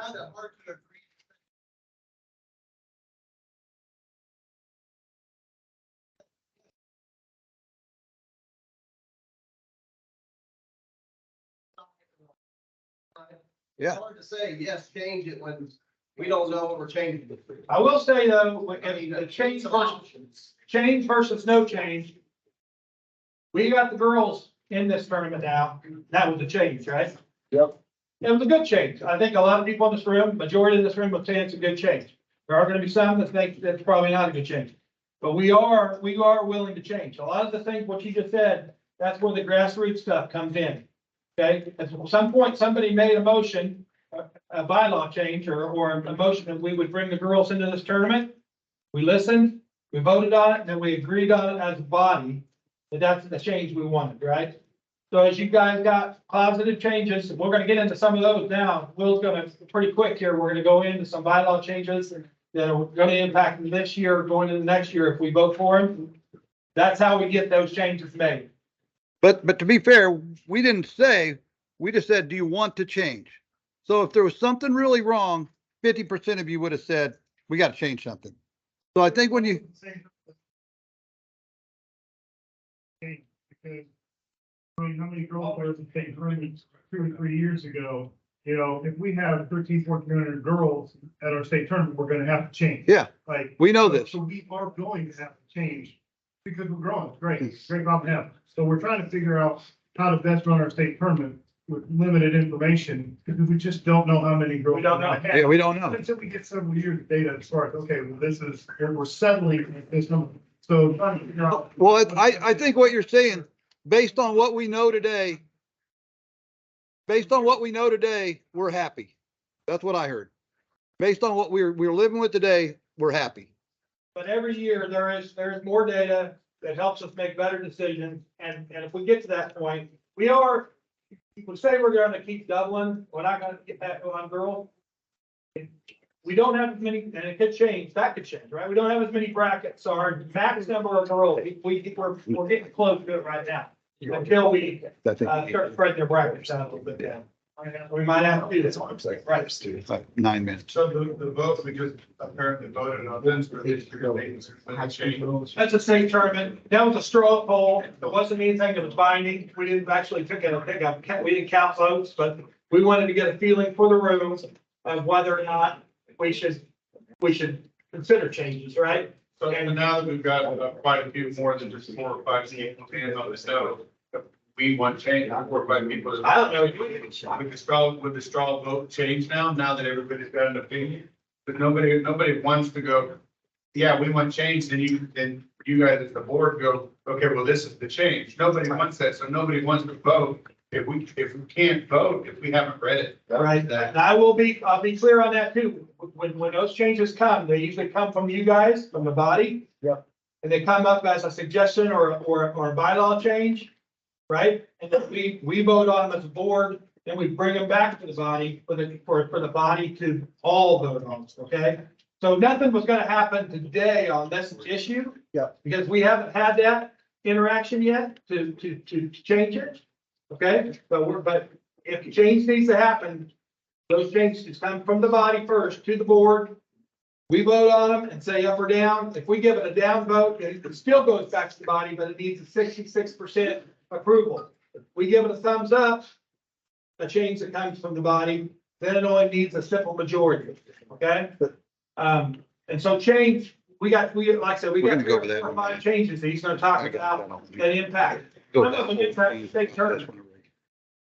Those changes will happen this year if they're voted Do that up. break. If they're voted down, then they won't. And so if everything comes from you and it finishes with you guys as far as the changes that are made in this thing. The state tournament committee and the board, we're just administrators of your will. Okay? None of this takes place this year. No, so yeah, it's exactly, Jeremy. So I mean, give Mark a vote of confidence here, and he wants to get your guys' feedback. There are no right or wrong answers here. Yep. So he's putting the onus back on us as club directors to go back to our parents and say, hey, do you like this format or not? Would you like to change something, right? And we know as that women's division grows and there's other things, we're gonna have to keep looking at this, right? You know, outside of the brawler guys being bioterrorists with their sprayers and security last year, I'm being funny, of course, because security guys won't let them in with sprayers. But outside of that, I mean, they've done an excellent job as far as growing this the right way. So provide your feedback. Nothing's gonna change today, but it's gonna help enable that if we do need to make changes in the future, okay? But it's like anything else. If you don't submit anything, you ain't got no skin in it. You can't complain it later. You can't say like, well, it's bullshit. No, did you submit anything? I did. Okay, you can't complain, right? So put those ideas in. What you got, Brad? The one thing is the girls division, honestly, I know it's growing a lot and everybody says it's gonna get so big, so big. It's like unless we have weight classes in the state tournament's not gonna change much in size. Because there's less weights for girls than there is boys, so there's not gonna be 1,400 girls there ever.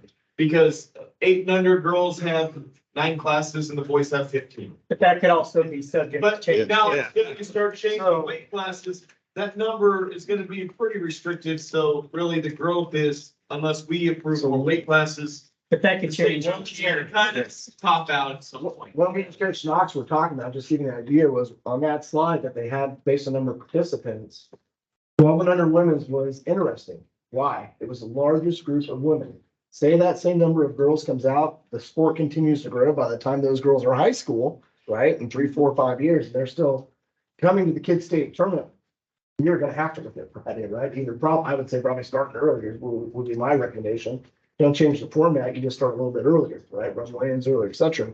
But that 12U age group though, for women's, if you look at that number, it was over the 200s. No other women's age group, and it's probably based on weight class and other factors, but that's the heart of our women's organization right now, is that 12U girls from Washington.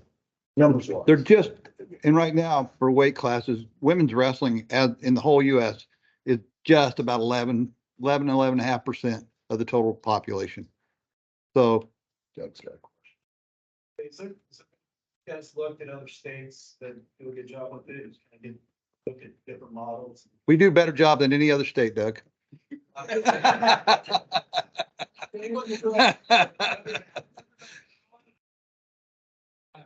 Some that don't offer high school at all. Well, not some, most.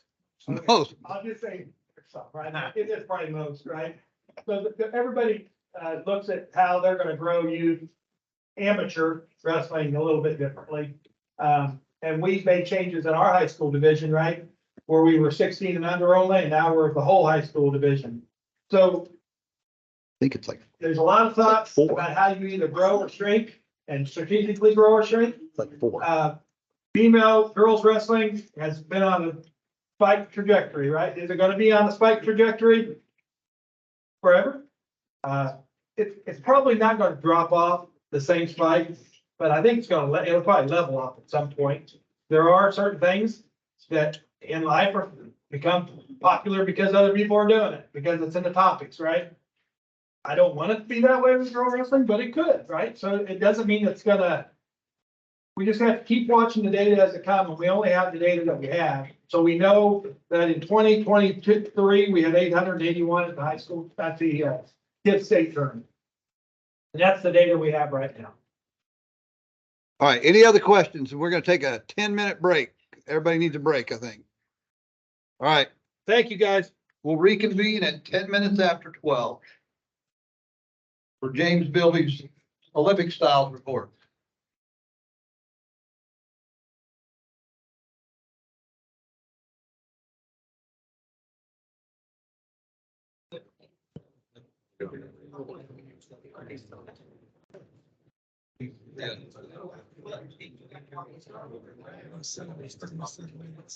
For what? Trouble? That's what I was gonna ask you. Did we have a?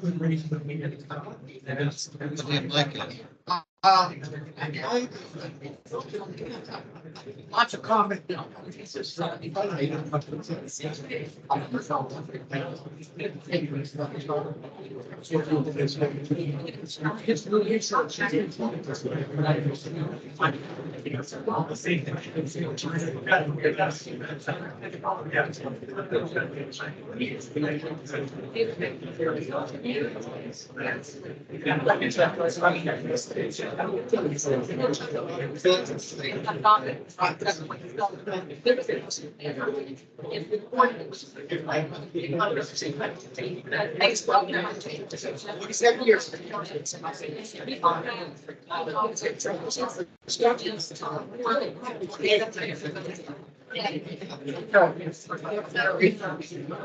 That's it.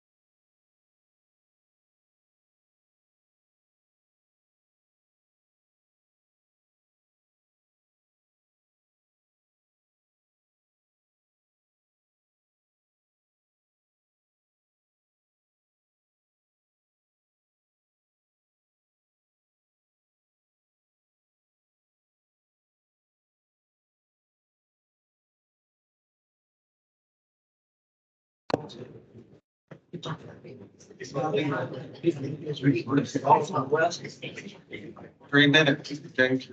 All right, so. A couple side bets going here, and probably with these guys in the front, probably some in the back, and how long we're gonna go. I'm gonna set a timer and keep it at 10 minutes, all right? You guys set your timers too, it's about 9:30, start giving me the exit key and I'll get done, all right? Got 6 minutes. All right, I got 6 minutes. Well, that's okay, but I'll get it in 10 or less, okay, I promise. The good news is what I'm gonna share with you today. We will have all that information posted out there, so you can read that if you got any questions.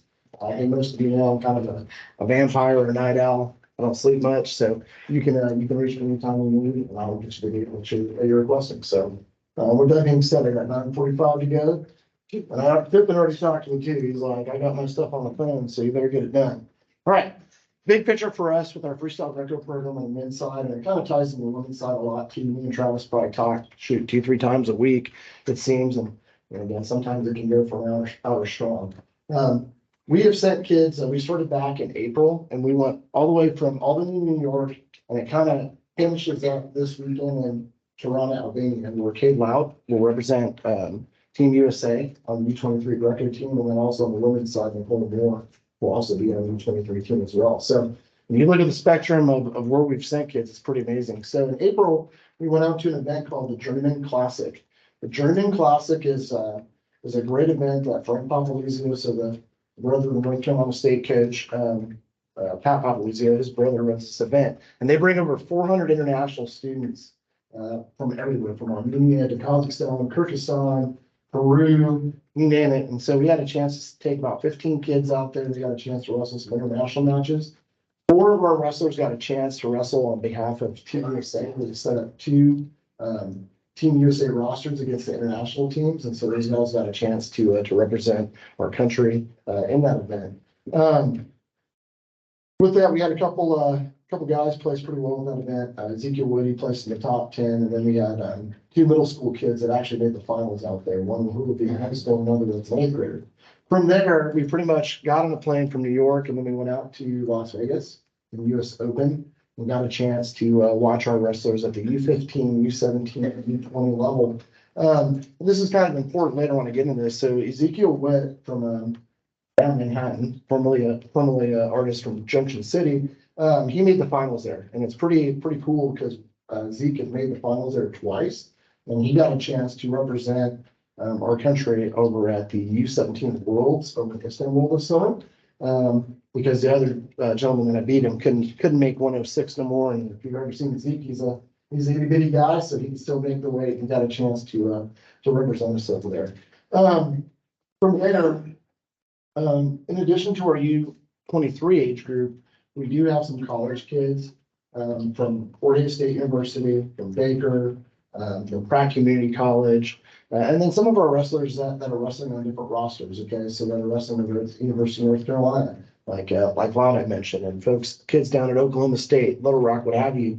And at that event, it's pretty interesting.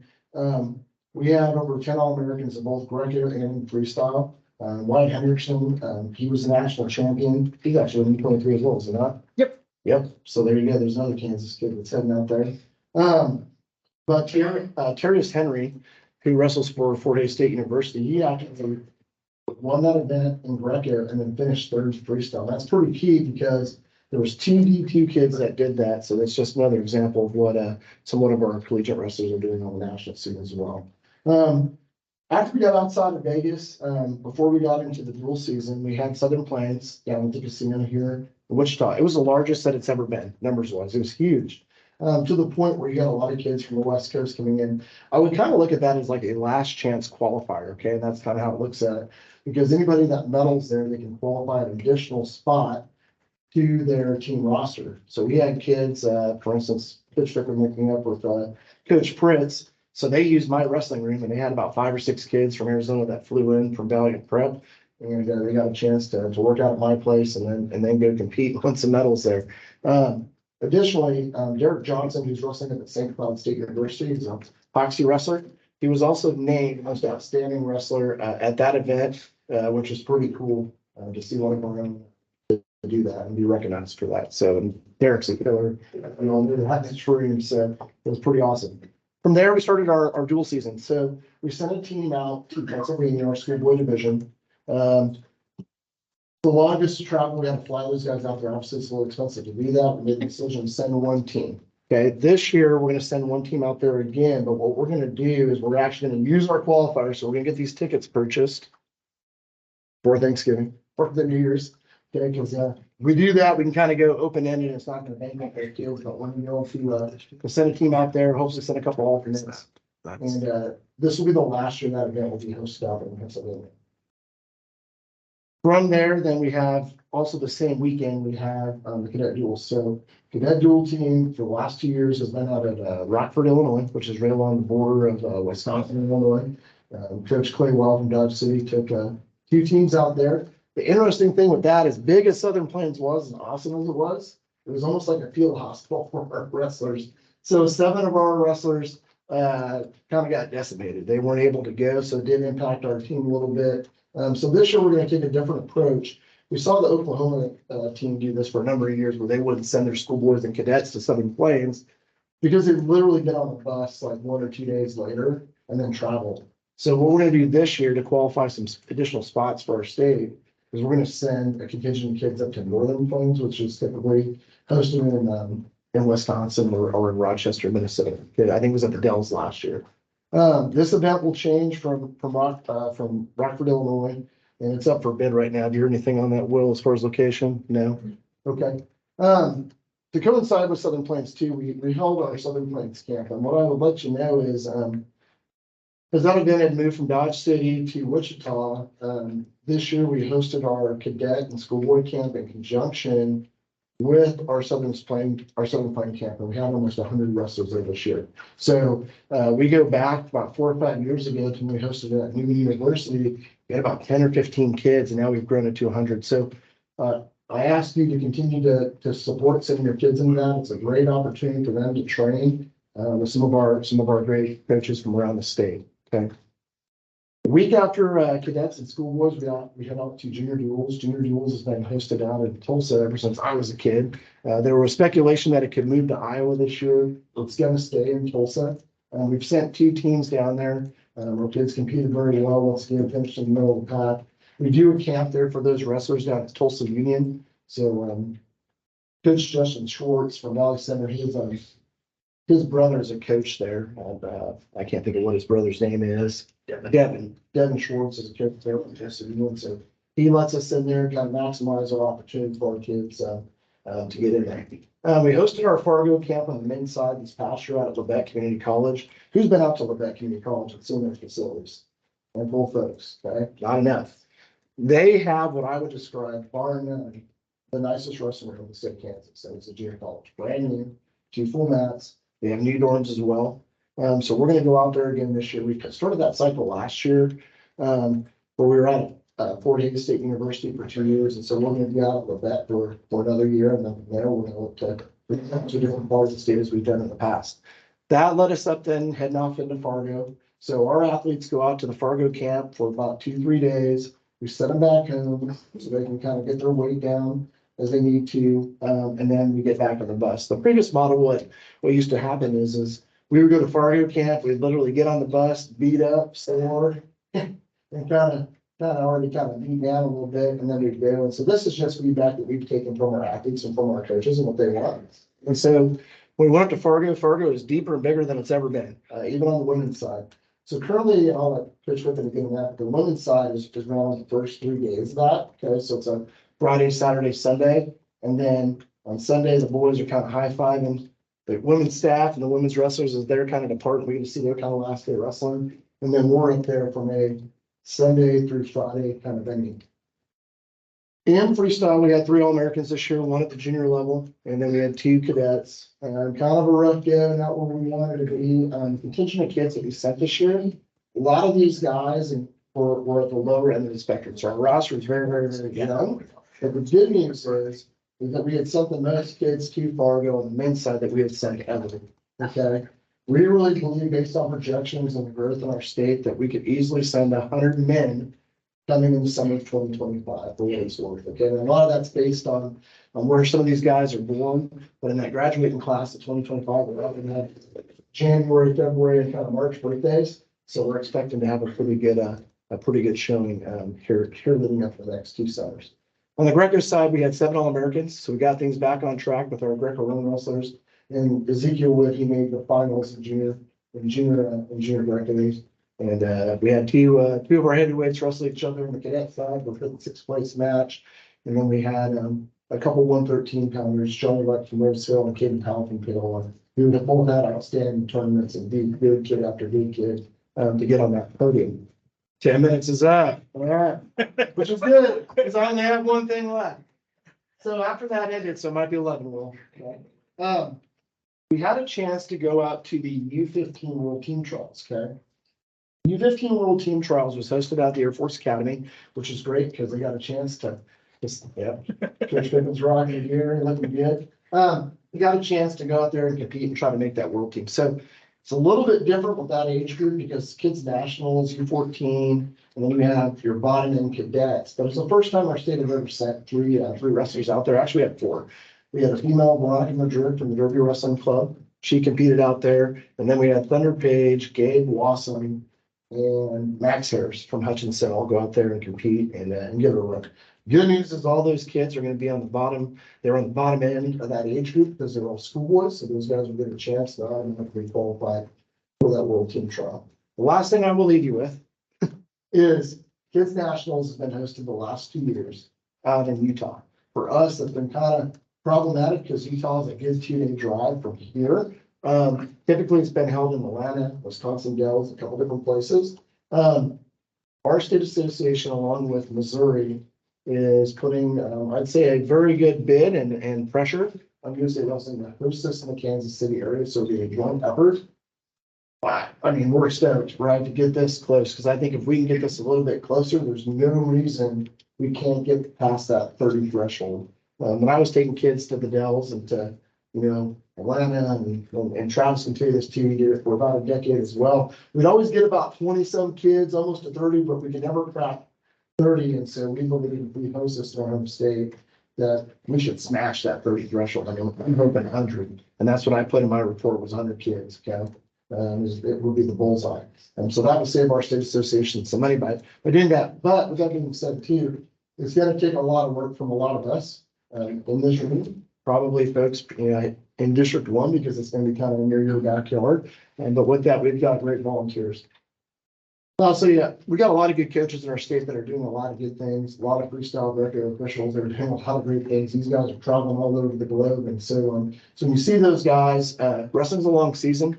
I start typically after Labor Day, and I go all the way up until Fargo this year. August is my vacation month, so I was kind of coming after the U15. But if you see your freestyle record coaches, you got one of those guys in your club, just shake their hand and tell them thank you because the pay is not good and the hours are long, but it's well worth it for the kids. With that, do you have any questions for me? Yes, sir. When you go to the U.S. World, do you think any kids during the UWW futures like 12U division, or is that not really kind of part of it? We have, so you're talking about the UWW event, yeah, so like we all have coaches there, so we've flown the last 2 years, we've done it like a developmental thing, where we've flown 2 different coaches the last 2 years there, okay? So we've flown one out of Kansas City, and we've flown one out of the Wichita area, because those are the 2 obviously major airports in our state. And what we try to do is we try to get the kids to kind of hitch a ride with those guys and go. The last time that we sent feature guys was when it was hosted in the Dells, and this was right around post-COVID, because it's so much cheaper to go. Like me and Clint Slider took 2 vans back to the Dells, and there were guys holding their backs driving to the Dells. It was so packed. But it's usually for those specific age groups. So U15, 17, 20, 23. Now, with that being said, if you send Kai out there, we will, if you and Kai show up, absolutely, we will come and qualify. We'll come help you do what we do. But those aren't, that's tied to the World Team qualification process. So I find value in that tournament for the kids because it sets them up for the next phase of what's to come, if that makes sense. It's more experience. You can't wrestle up an age group though in UWW. Yeah, you can't wrestle up an age group in UWW, which is kind of kind of unique. So like on the cadet junior side, U16, U18, you can. Because this is always an interesting thing too. We always have, depending on the year, some schoolboy kids that we love to have cadets, and that we know that I don't think that's the kids on the right side of the birthday, if that makes sense. And it sucks because that 88, 94 pound weight class, I mean, we've had some schoolboy kids that probably make the all tournament team, but they're just too young. Okay. Any other questions?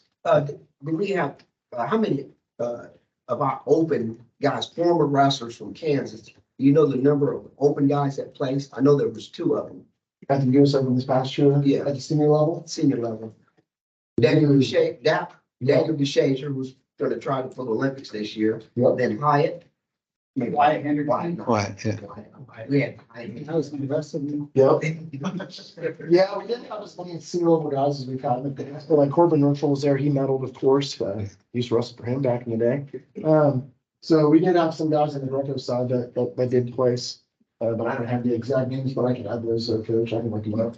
There's a handful. It wasn't like the year before, like when, Kendrick took a bet and went up there and won, which was pretty awesome. So, or is that the year before?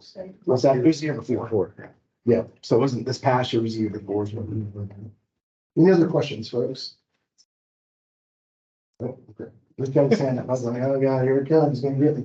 I'm joking. All right. With that, I'm gonna go and pass this off to Coach Frippen. Thank you.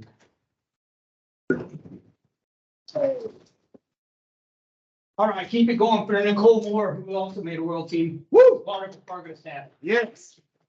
They'll be wrestling this next weekend. Okay, the good thing for women's wrestling is we're growing. And it keeps growing, Certainly it will plateau out, but we're gonna go for the ride as long as we can. I know last year at this meeting, we voted, we kind of ran into a scheduling snafu with folk style nationals for women. It was up in Nebraska, which is real close, but it ran into a district tournament. So we were going to allow those women that competed there to come straight into the state tournament.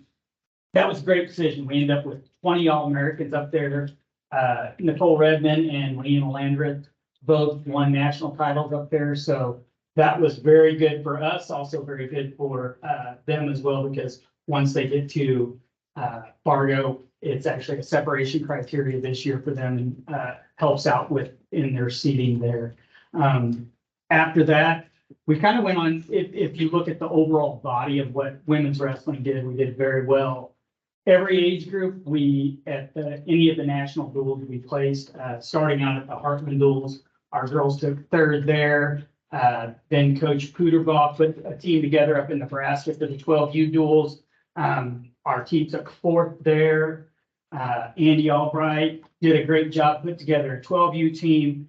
They took 8th in freestyle, 6th in Greco, and then our junior team took 6th in Greco. The good thing is, you notice that I said Greco because now the national duels kind of picked it up and said, hey, we're going to have women's Greco. A lot of our girls were kind of hesitant at first, but once they jumped in, they probably got more excited about Greco than they did freestyle. So it was great. Great to see that advancement. Once we get up to Fargo, we almost doubled our numbers from last year. We had 47 girls compete in Fargo.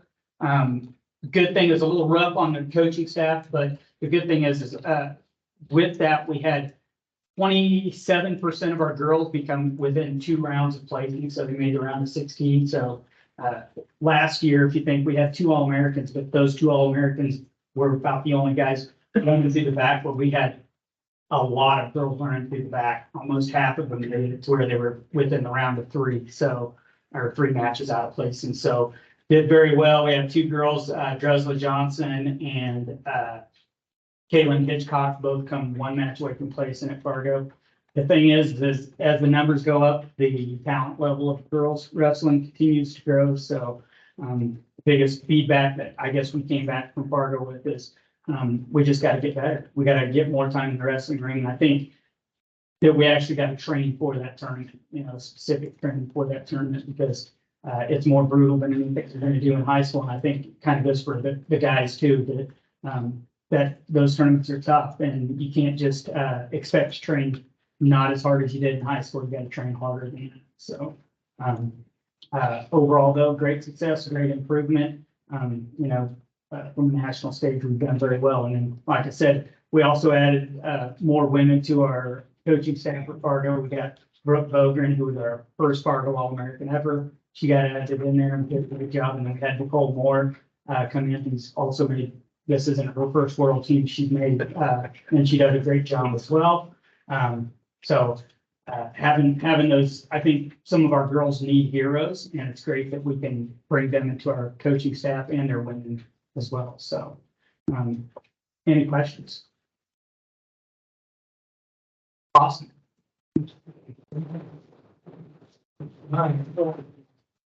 Before Pat gets up here and gives his report, I'm gonna give you a little bit of information on, this is kind of an evolving position. Used to be called KWCA membership person, and now we're gonna call it wrestling relationships, because, we're about amateur wrestling. So Pat's job is to build bridges between KSHA, between USA Wrestling, and between KWCA and all folks involved in wrestling in Kansas. So Pat's got a big job, to keep peace and build bridges and make wrestling in Kansas stronger. Here you go. Thank you, Will. And I'll wait till Lisa gets the 16-point PowerPoint up and half-hour video, so. Yeah. Just kidding, guys. So the title Wrestling Relationships, I think it was the word liaison was in there before, I think with the USAWKS board, but I think that was a more appropriate title, Wrestling Relationships. And really, I guess it boils down to preserving, promoting, and honoring wrestling in the state of Kansas is kind of what I'm after. So that's me. Any questions? Thank you. Next up is Jordan Best. He took Jamie's spot as membership director, but that's also an evolving position. We don't use an in-state membership system anymore. We use electronic USA membership system. So your questions about memberships, sanctions, all that stuff need to go to USA Wrestling. So Jordan's job is going to be to evolve our ability to communicate with everyone, because I'm going to guess half of you, maybe a third of you, read the email that you get from the USA membership system. We tried the forum, there's Facebook, there's all these social media communication channels right now, and we don't have a person monitoring all them and creating a communication strategy. So that's going to be, there's kind of a team of us, but Jordan's going to be kind of heading that up to strengthen communication within USA Wrestling and throughout Kansas Wrestling. What's that? We took Shauna's place. She hasn't been, she hasn't, she's still working. Okay. So Shauna Best, anybody know who she is? She's the membership director at USA Wrestling, and she's been diagnosed with ALS. And so she's has an assistant that's taking her place, but she's still very involved and wants to be contacted because it's kind of keeps her going. So don't be hesitant to call out to USA Wrestling. They get a lot of money from us, so they should support the membership system. And Jordan's going to really boost our communications.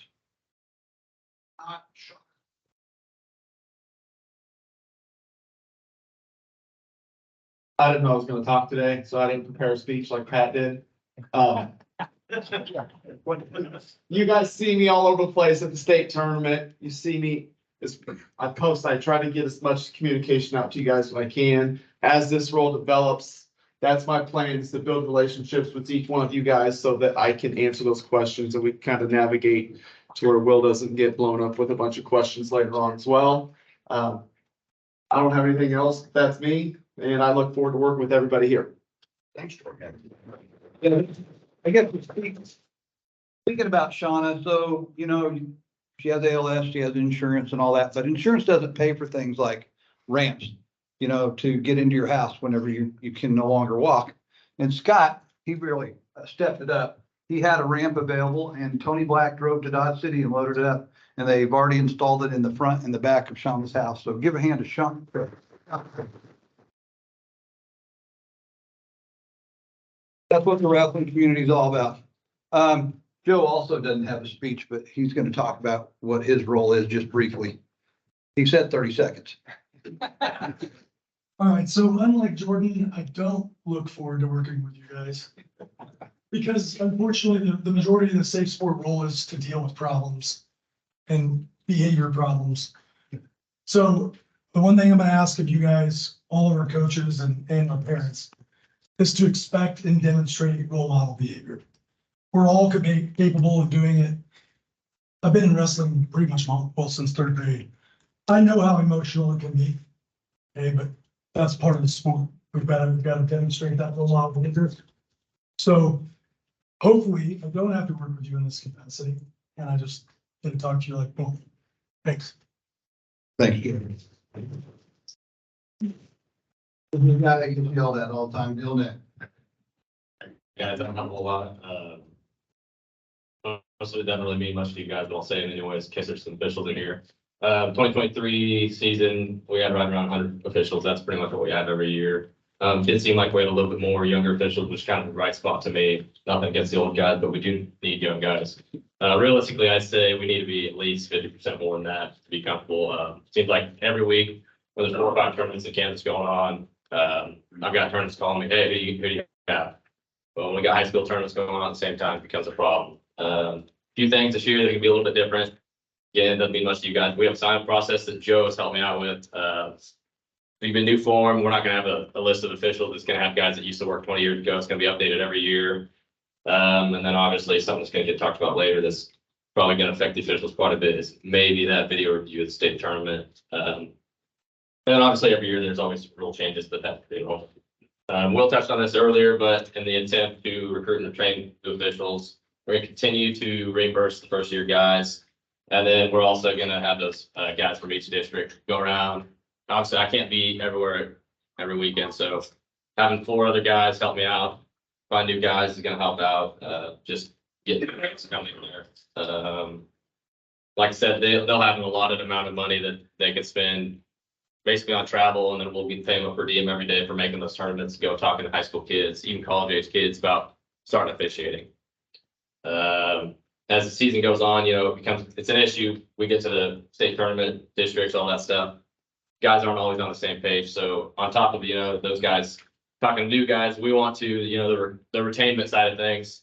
We need everyone to be on the same page when it comes to state tournament time, so I don't get yelled at as much. That kind of covers everything at folk style. Obviously, we're officials being short. It's not specific just to the sport of wrestling. We're hurting everywhere. I'm open to any ideas.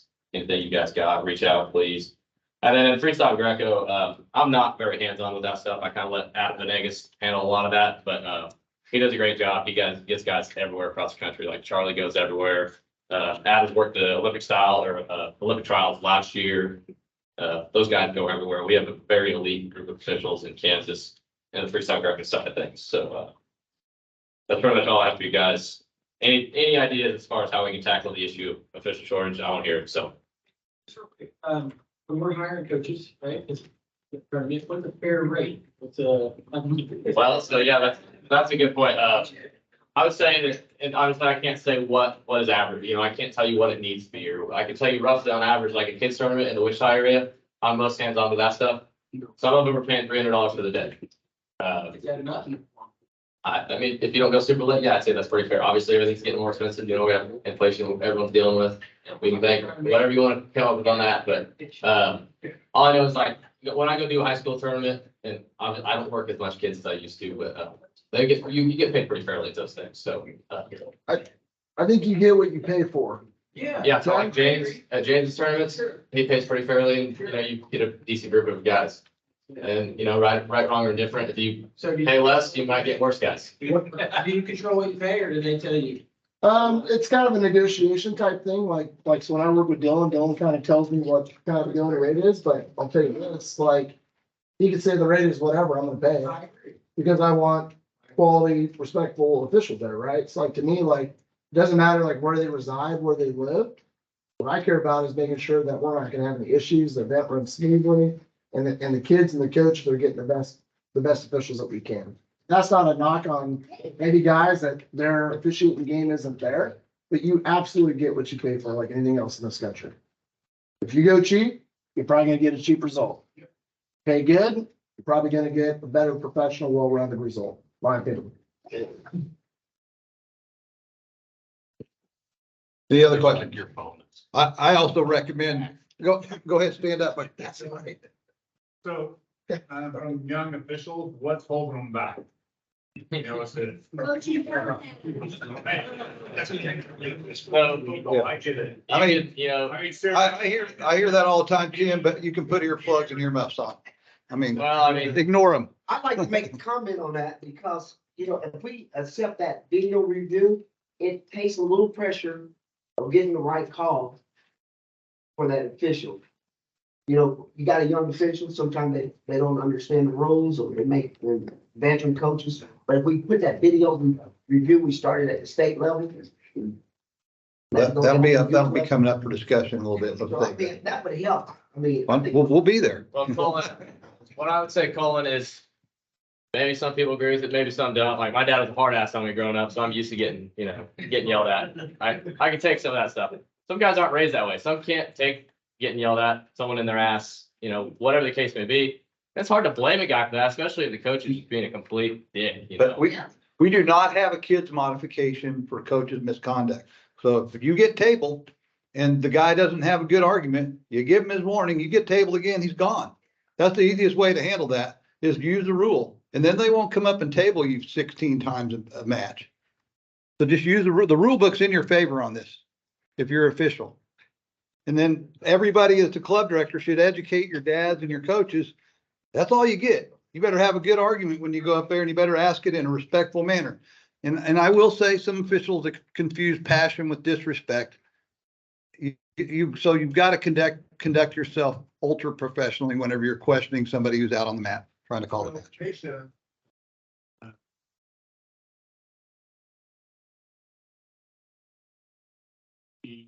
Yeah, that's us. We do that. Yeah. Keisha doesn't do that. We Yeah. pay Keisha for their food. So if you're a first year official, we will reimburse you what you paid Keisha.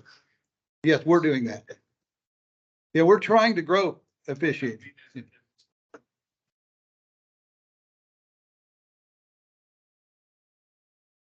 Yeah, I really think what could help is that, and what he's trying to get to is getting an official in each district going out there and having a clinic and telling these kids, hey, you can make $500 a weekend. You referee on Saturday and Sunday or whatever the number is. And, show them how you can handle the possible conflict. Just, we're all going to handle conflict eventually in our life. So you got to be able to learn rapidly if you're going to be successful at it. Kim.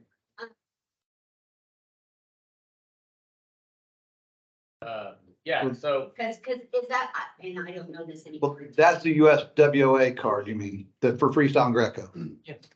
well, I Don't they think, have to get the leader? well, We don't charge. you don't have to be the No. leader now. We need to probably revisit this, but Yeah, I don't know. We asked what if that the- process is anymore. well, so we used to ask that the guys that do the state tournament are leaders. Well, I think we need to find a way around that, or we need to reimburse the guys that do the state tournament their leader membership, because like we said last year, it was up to $150. Well, you get background check regardless when you Yeah. sign up through USA Wrestling. It doesn't matter whether you're a leader or So volunteer. the volunteer part. You can officiate tournaments. You don't have to get a background check to be a volunteer. As a volunteer, you don't get background check. So that's why. we You don't do state pay tournament. for a background check to be a volunteer. You You do not? no. Well, I guess I do the leader every year, so I'll make sure.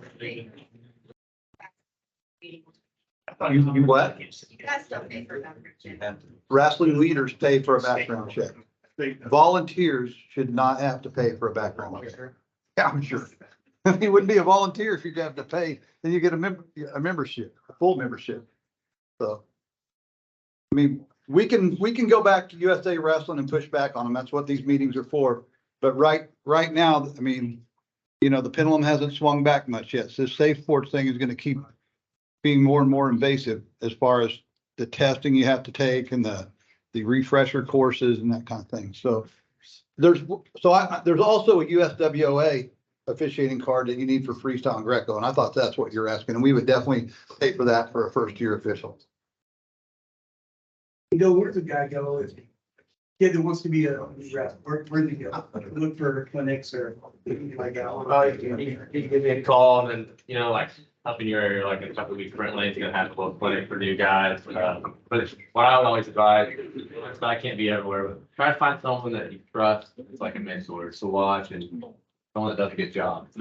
He can kind of take one under the wing and he'll take him with me. I want to bring him up. Josh? We really ought to use some of that clinic money, or look at use that camp clinic money to put something together, whether it's like a traveling. Right. Going, but the kid, there are a bunch of kids out there right now that want the rest of it. We need to put together a PowerPoint presentation that guides people is what we need, a guide. I mean, we can do that right out of the gate without spending hardly any money. Like what's recommended mileage, how much should you get paid for what kind of tournament it is? Is it by the hours, is it by the wrestlers? I mean, there's all kinds of guidance we can provide. And we're looking for those kinds of ideas from you. That's what that whole recruit and retain was about, is get hold of Dylan. We need to put something together. We want to educate young wrestlers into being officials as well as wrestlers later in life. We got to have both.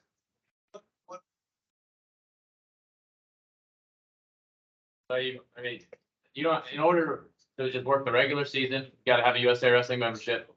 Send in the form that that Joe has now. He's creating a new form that's going to basically streamline the sign up process. We encourage you to get Keisha registered just because it requires you to pass the test. That's why when it comes to postseason, You can't do regionals and state without Keisha. yeah, you can't do our district tournament. That's great. I'm more concerned about, trying to run a local. Yeah, so your local, Yeah. your local tournaments only, the requirement is 50%. So 50% of your officials at your local tournaments have to go through the official process, right? Most of the local tournaments that you're attending right now, they'll add extra high school or just out of high school age guys that are just getting into it. And so say the numbers say you need 3 on every 2 mats, right?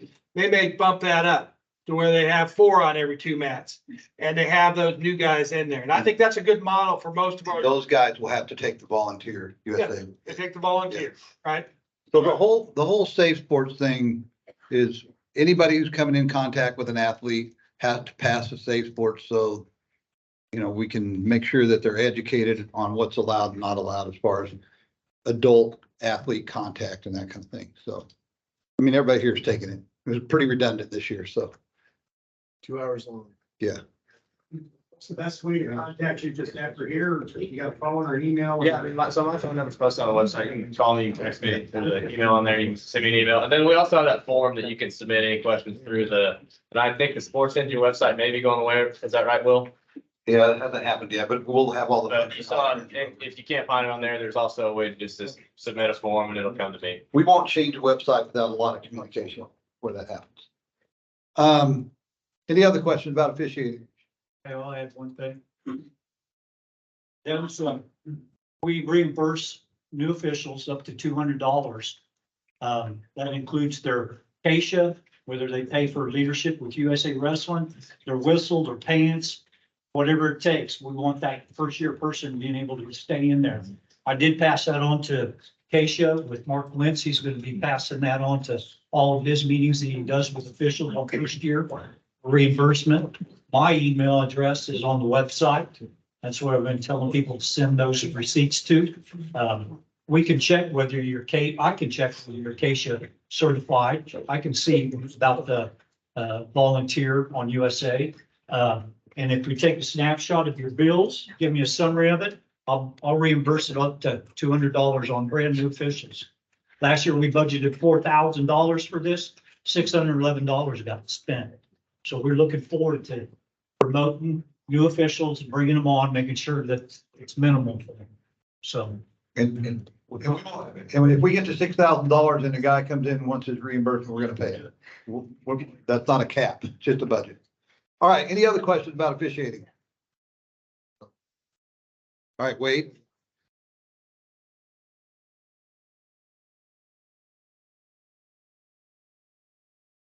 Okay, I'm gonna do this real quick. D1, our person of the year, was James Gallup. He was also our state person. Our official of the year was Tony Brummer. We had a election on a North assistant.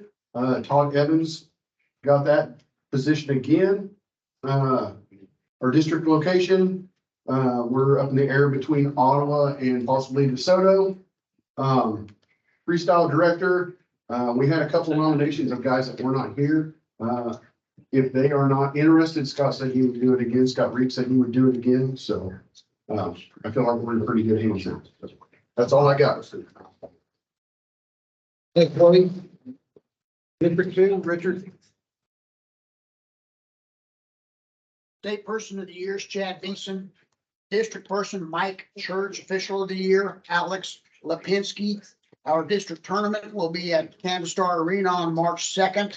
The following Sunday will be the 600 middle school and intermediate. I have that reserved for that. Our assistant directors, Matt Byerly, Nathan Blevins, and Trent Cox. Women's director is Ed Edison. Olympic Styles director is James Bilby. Thanks, Thank you. Richard. District 3. And Rich needs an extra hand. He coordinated the room and all the snacks, and he helped out a lot making this happen. We'll see if I can be, Rich, I'm gonna be the district director again. Ross Taplin is our west assistant director. Matt Collins is our east.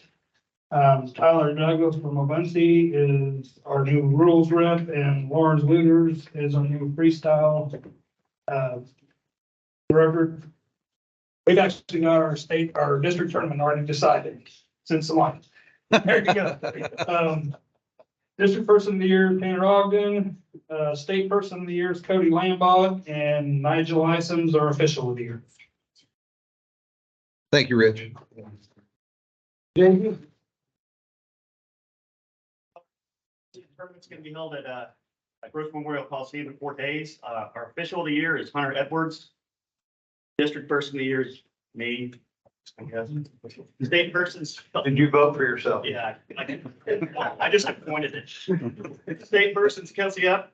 Our board is a little bit different this year. Our North Assistant is still Lance Geyer. Our South Assistant is still Corey Chancellor. Our Treasurer and Secretary is Kelsey Up. Freestyle North is still Trisha Porsche. Freestyle South is new. It's Play Wild out of Dodge City. Women's Director North is new. Dana Miller out of Norton. And our Women's Director South is Tony Rich. And we'll be getting a new District 4 Director this year, Jesse Fort Miller out of Phillipsburg. All right. Congratulations, Jesse. Everybody, thanks, Debbie. All right, I'm skipping mine to get into the agenda right now, and I'll come back at the end. So we have proposed bylaws, and how that works, we've been talking about that today quite a bit. You can send any idea you have to any board member, and you can own it or be anonymous, whatever you want to do. And then we're going to take it to the board meeting. There's a deadline, and the deadline right now is March, but our bylaws are currently under review because we have fallen behind in updating our bylaws when it comes to our membership. It's still coordinated through the way we used to buy memberships through Kansas instead of through the electronic system. And then the discipline bylaws have gotten really wonky over the last couple of years with some votes and some back and forth inserting of language. So I'm trying to get through all the bylaw changes by the end of this month, and I will send them out to everybody, every club director to look at after we get all the errors out of them and everything. But when you submit this, we have a special board meeting and we talk over your suggestions and we vote. And if the vote is upheld, we bring it to this meeting and a 51% approval gets it put into the bylaw. If we don't approve it, then it takes 2/3. And we're going to have both of those kind of things here today. So we're going to work our way through the suggestions that we got to the board this year. Sometimes we get a lot, sometimes we don't get any at all. I think it gets largely lost on the population after Kid State. They're just done with wrestling. And we, within a couple of weeks, would like to have those suggestions after Kid State so we can make the changes. All right, the first thing that came in was a sealed bid proposal. I mean, this is the existing practice, but I'm gonna let Mark speak about it because he handles that more than anybody. And so. Yeah, well, the board handles it, but Yeah. So I kind of talked on it already, but I'll repeat as maybe I didn't. I talked on it at the District 3 meeting because we were explaining how it goes. So we submit, and this is the year that we need to do this. So it's good practice to have this discussion so you guys are all well informed. We submit to all the major cities around that have event centers, okay? And some of them, we know they probably can't comply with our net needs. So we submit to Wichita, to Topeka, to Salina, right here in Salina with the Bicentennial Center. And we also submit out to Hayes. Both Salina and Hayes have we've outgrown the ability, as the format it is right now, to have them in those venues, okay? And so, what ends up happening is we, as a board and state tournament committee, it starts there, and then as a board, we come up with our requirements. How many hotel rooms we need, what kind of parking we need, what we need from the venue as far as floor space, what they can do for us for extra space, we'll put vendors in there, what kind of technology needs we need. All that's in a proposal that goes out to them, and we give them about 6 months to put their proposal together, their written proposal, and submit it back to us. And part of that 6 months, they can ask us questions, and then we submit answers to their questions.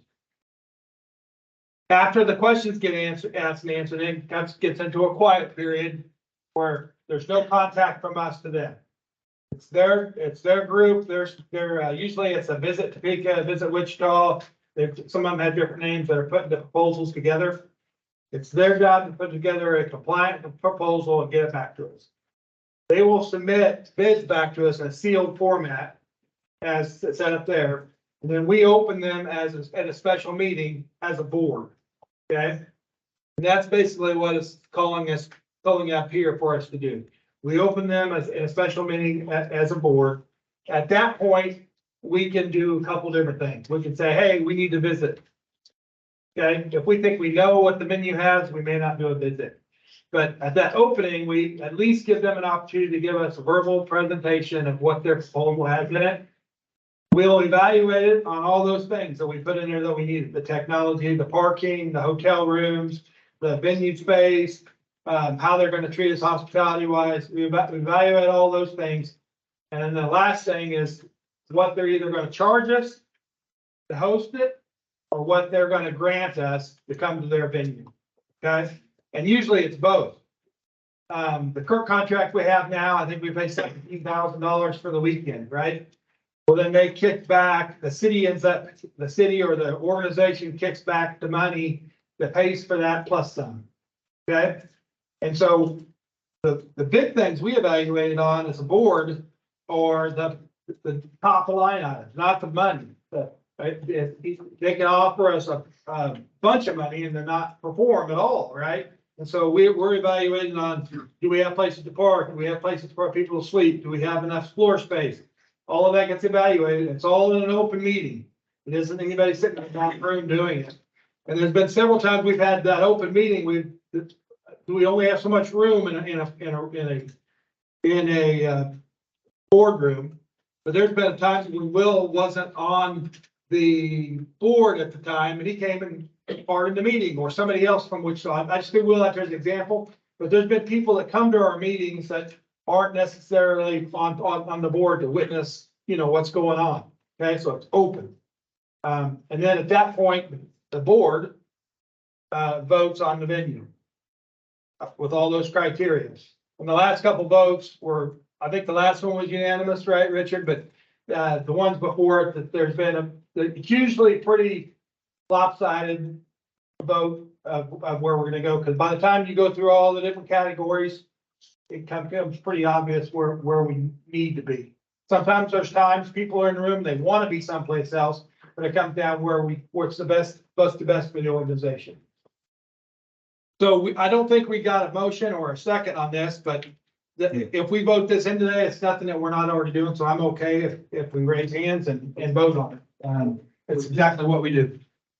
So as Mark stated, as Mark stated, I did attend one of these. I think my kid was 8, so it's like 23 years ago. And I sat in and watched it, and Wichita still had the Kansas Coliseum. That's how long ago it was. So they could compete with Topeka because they had the huge parking lot. Wichita has plenty of hotel rooms, and Wichita put up a really formidable, comparable bid at that point in time. And I really felt as setting in there that there was a real chance Wichita was going to win. And I'll tell you exactly what happened. I was able to sit in there and watch the whole thing. Every single person from District 4 voted for Topeka, not Wichita, and that's how the vote was decided. It was very close. without the 3 votes, and this was back when we had 2 boards. There was the corporate board and the kids board, and the kids board votes on where the kids state was back then. And the District 4 tipped it over to be in Topeka. That was the only time I've ever even seen. By 1 vote, yeah. And so that's the only time I've ever seen it competitive. And when Kansas Coliseum closed, it kind of hurt you guys because Intrust doesn't have a good parking situation. But shouldn't, That will happen. what we're saying is this isn't in the bylaw, we're just trying to.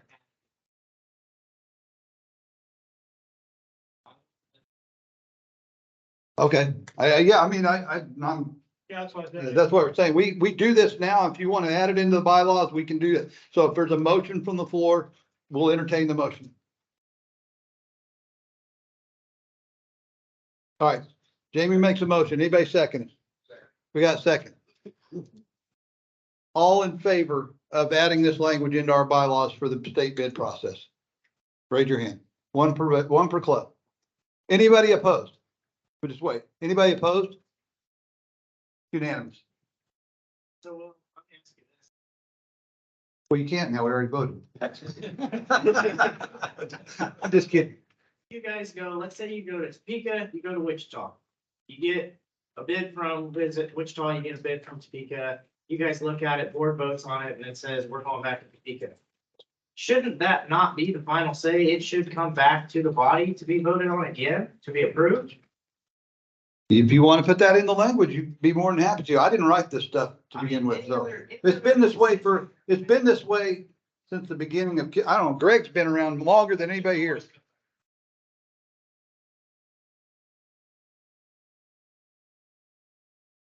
Yeah.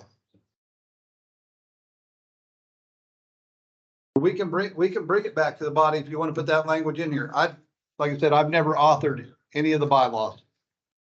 So if you want to make a motion to add that language in here, we can make that, you can. Body approve every other decision that the board makes. Why would we just allow? Not all of them. We don't know how many, 80%? You know, Probably, I why don't would know. we just? Yeah, probably 90%. that out? We might as well have a decision on where it's at, you know, regardless of the situation. Whether it's good, bad, otherwise, you know. So what would, just propose your language and make a motion. So And this will require a 2/3 vote. we say, whatever. So you just want to add on to the, Yeah, when the decision by the board is decided, what location the state body meeting is, it has to be approved by the body. With the 51%. Yeah. Okay, anything to overturn it would take 2/3. Okay. The only thing I would say to that, guys, is that I don't know if Greg, you're 100% right on that. I've been on the board a long time on what comes back to the body. I know we come back and tell the body what was decided at that meeting. You're empowering your state officers to do all that due diligence up front. And really get in deep on these proposals, okay? Our body meetings aren't always as well attended as this one is, and we're still just a little bit over a majority, right? We're We're about 2/3. We're about 2/3 right now. So, the things that go into that decision, being able to run the successful tournament is going to be a pretty big deal. I know going back and trusting the body for that is that, and it's almost pressed both ways is all I would say on that. Because once you didn't sit through all the presentations that we went through and all the due diligence that we have done. And so I'm hoping that when we come back with a recommendation, like Greg said, it is almost rubber stamp. Because I want to make sure everybody's looking out and voting for what's in the best interest of the organization and not raising their hand and not people raising their hand and what's in the best interest of them personally. From a timing perspective, we may have to do an electronic vote of the clubs in order to get that. As much as I love sleeping in my own bed, the last time we did, what was it, 2015 or 16, Richard? Which song wasn't close, guys? I'm gonna be honest with you. It was very disappointing. It was sad. But they might be this year, you know, or whenever this next one comes up. So So wait a minute. We haven't got to discussion yet. He's made his motion. Is anybody seconding his motion? Do we have a second?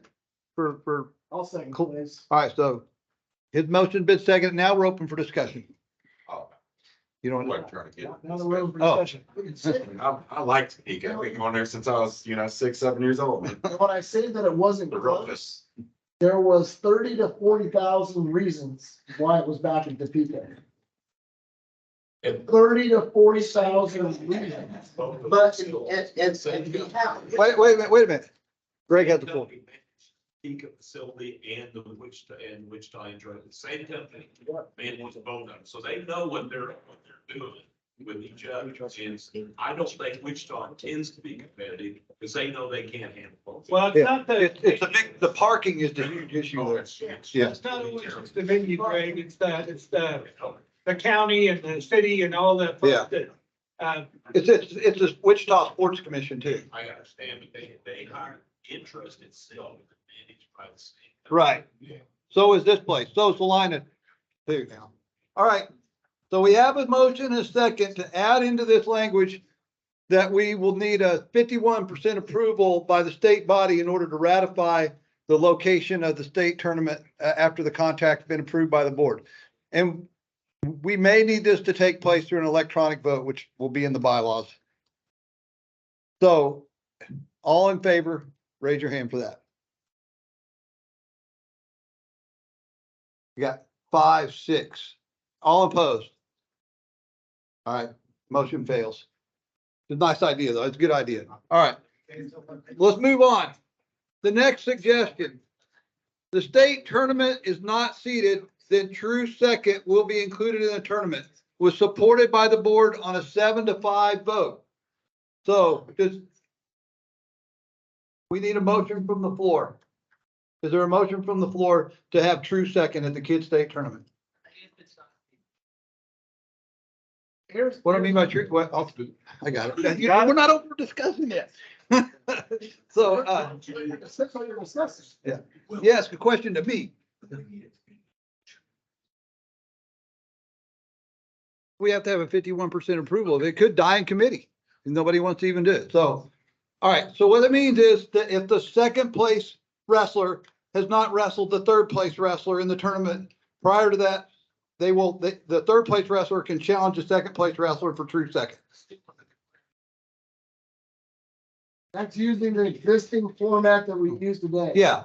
So there was people opposing. Well, let's not get there yet. That's way down at the bottom. So no, let's just leave that. This is the way it goes. This is the sequence of meetings I've always gone through. No, I understand. You gotta give them context on how the hell we get to this. No, there is no seating right now. There's no context. There is no seating of the tournament right now. The tournament is drawn to the criteria that it's always been drawn by. It is not seated, so there will be a.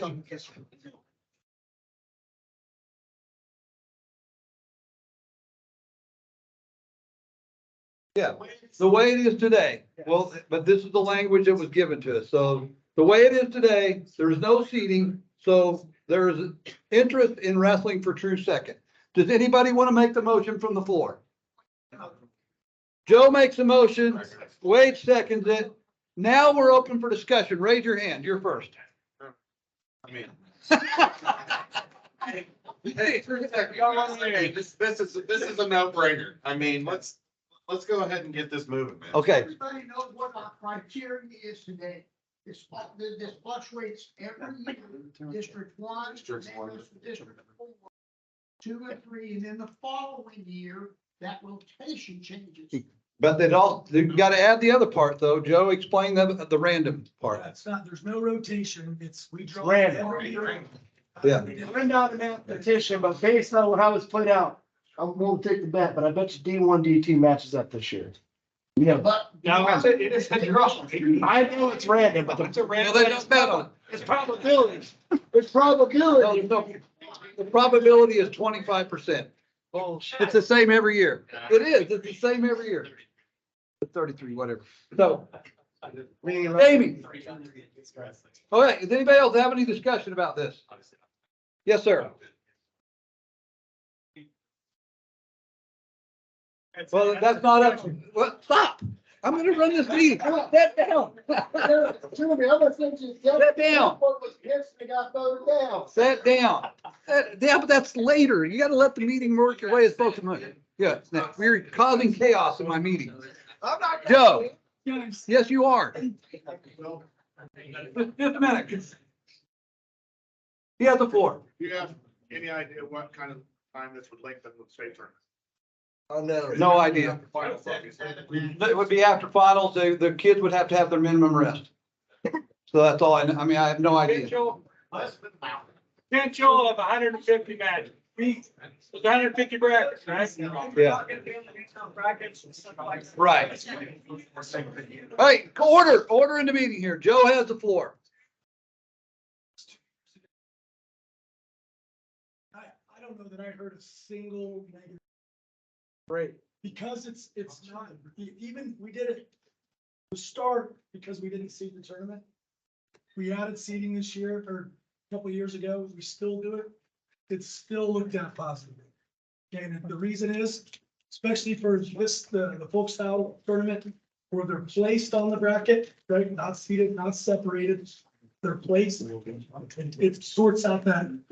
Hey, if I didn't have that person in the semis, wrestled my way back, I got myself. I mean, to me, it seems like a no-brainer. Okay, It's 150 matches. Potentially. Kevin.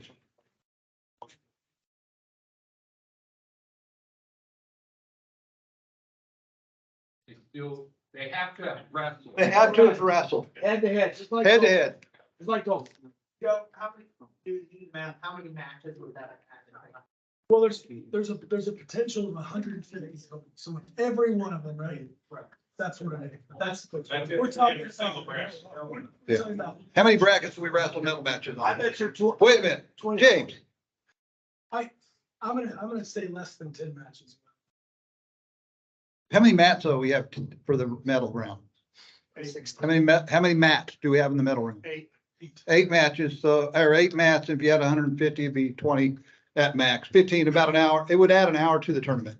If every single one of them had, if everyone, right. So it's, yes, as long as you haven't wrestled in that bracket that day, you're the second and third place, that match happens. That's it. How organized, you say, oh, an hour, but how organized is the process of, oh, my kid got third. I've got to pay attention to this match and know, and then who do I? We'll have a process. If this passes, we will have a defined process. Yeah. Track will do it, because track's gonna do the math, and it's literally gonna be probably 10, 15 minutes later, like, you're on mat 4. Well, it can't be that, man. You're gonna wrestle it after all the medal matches are over, right? Okay, wait a minute. Order again here. The matches will start after all the medal rounds have been wrestled. Okay. Order. One meeting. Pat Kelly, one meeting. At the Franco tournament, did they do an awards podium shot where they're trying to gather them all up? Sir. Does third place have to challenge second, or is that automatically going to happen? It's automatic. It's automatic, but if you don't show up, it's the same thing. Same result. All right, any other discussion? Formal discussion? Yes, sir. So then, is it gonna bother me an hour? I guess more the concept would be, at least, are we doing the right thing of giving that third place that opportunity to truly prove their second, more so than, oh darn, it killed 15 minutes extra in my day? That's, I'm hoping what we're choosing, not, oh, it inconvenienced me 15 minutes. Sir. But then again, it's like high school, same way, you got regions, that's what, I mean, it just works that way too. I don't think that's right. That's extra length, the video review is gonna come through, oh my goodness. Yeah. Hold your seat there. Yes, sir.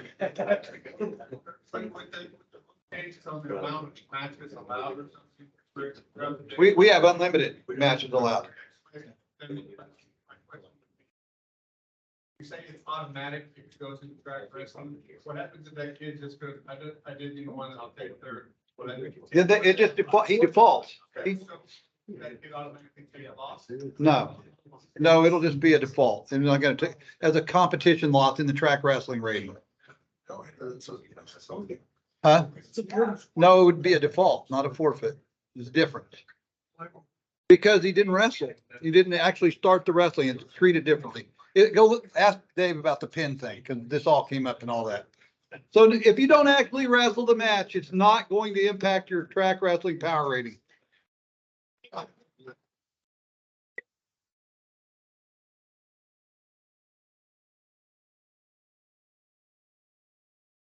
Absolutely. Yep, absolutely. All the way in the back. Not. We're gonna vote on this right now. What's the harm in tabling this until after? Because it's not the process that this, the process of the meeting flow.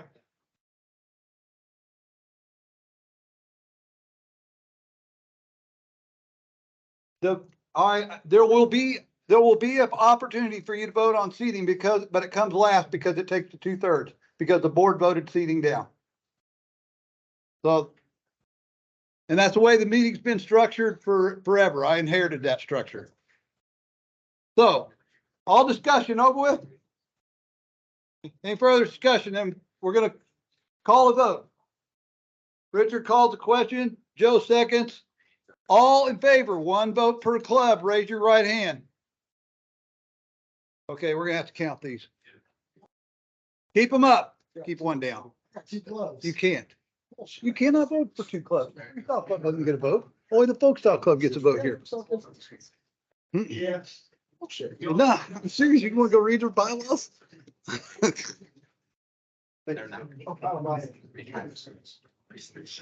Huh? He wants to vote twice. I don't think it says, thanks. I'm voting with 2 votes. I'm sorry. 44? 45. Okay, hands down, all opposed.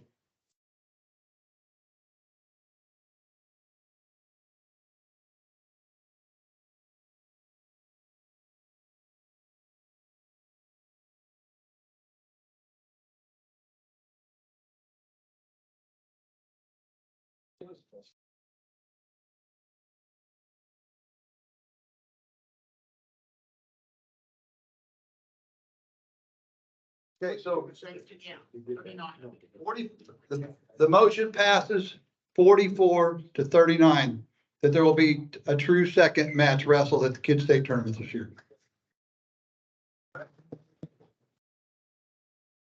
All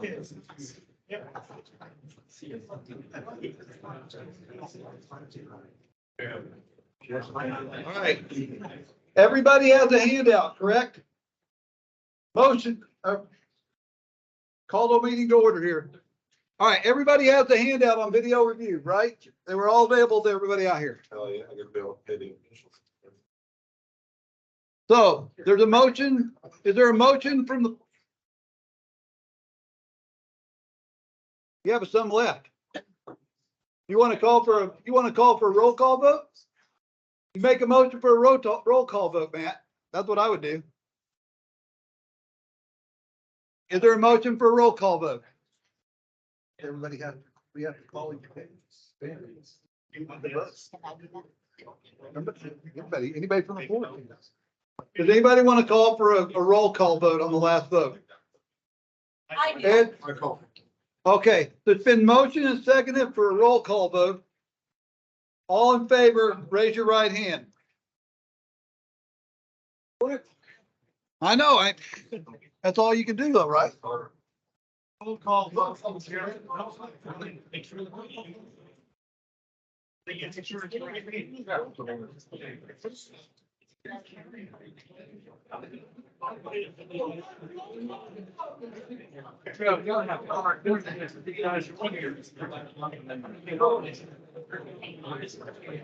Right, so not a majority here.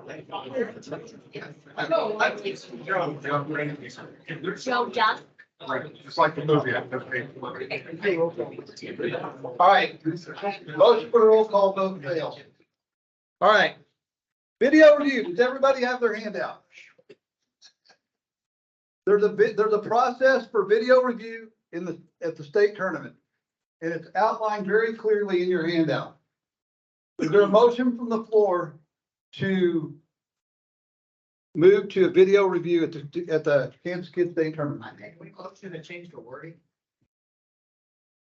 No, you can't change it. Right now you cannot change it. It is what it is written in here, and I'll explain that to you in a minute. I make a motion that we We have a motion from Richard and a second from Pat. All right, now, before we open discussion, the author of the video review, Jake, you want to stand up? Yeah, it's me and Kurt, actually. Okay, if they approve your language change, it's called a friendly amendment. And the language can be changed then, only if they approve. If they do not, then you have to make a complete new motion that would require a 2/3 vote. So right now, the way it's written, it has support of the board, and these two gentlemen are the authors. They're present, so we can do a friendly amendment. Now we're open for discussion. I would like you to raise your hand. I'll acknowledge you, announce your club you're from and your name, and tell me what you want to talk about on video review. Anybody for discussion? We just want to go through it quickly. Yeah. I don't have. There you go.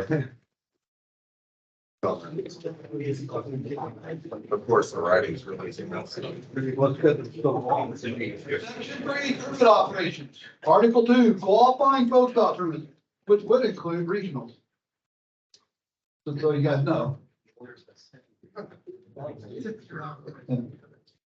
So the regional director would be the one that would decide whether it was at regional or not, because the district tournaments are empowered by their director to decide upon this or not. But at the state tournament, a challenge is a process at the USAWKS state wrestling tournament where the coach or wrestler of a chartered club can request that the match be stopped because there is a disagreement with the call of the official. The purpose of the official review process is to provide a means for the clubs to challenge a call during a match with the objective that the correct call determines the outcome. Part 2, a jury will conduct the video review. The jury will be comprised of 1 or 2 NFHS certified officials and who are not assigned as a match official or the assistant official. The official director will appoint this jury. Part 3, a video challenge process occurs when the coach requests a challenge when they disagree with the decision of the referee. The coach may request a challenge by approaching and placing $100 cash on the scorer's table, followed by immediately throwing the colored challenge block on the mat to notify the referee that the challenge has been requested. The color of the block will correspond to the color of the leg band the athlete is wearing. The challenge block will not be thrown in an aggressive manner towards a referee or athlete. Yeah. I know it does. If it is, it'll be unsportsmanlike conduct. The coach is not allowed to walk into the wrestling area, or it will be unsportsmanlike conduct. The block will be thrown in an area visible to the official, but not in the way of wrestling action. No, any stoppage of the match where in the result is that no challenge occurred, the coaching staff shall be charged with misconduct for the rules of NFHS challenges. Challenges will only be accepted in the following rounds for the state tournament. So this is important. Only the semifinals, consolation quarterfinals, consolation semifinals, and all placement matches. How about the second place, third place, wrestling for second? That's a placement match. Okay. Try to extend the meeting. Part B, a wrestler may also indicate that his or her desire to challenge a scoring action once the athletes have come to a neutral position or there is a natural stoppage in the match by gesturing or asking their coach staff their desire to challenge, in which, if agreed, the coach should follow the same requesting process listed above. Subpoint 1 on this. The match official shall recognize the request of a challenge by stopping the match during a natural stoppage of the match where there's no immediate scoring activity occurring. Part 2. If the wrestler disagrees with their coach's challenge, they can reject the challenge by telling the referee they do not want the challenge and the match will continue. Part C. A fall shall stand unless the challenge is based on a foul that occurred leading to the fall or a defensive fall. The criteria of the fall is not able to be challenged. Coaches must issue the challenge within a reasonable amount of time, within 10 seconds or up to the match official's best judgment. The coach shall have his $100 cash on the scorer's table, followed by throwing a challenge block. It can be in the form of 50s, 100s, 20s, 10s, it doesn't matter.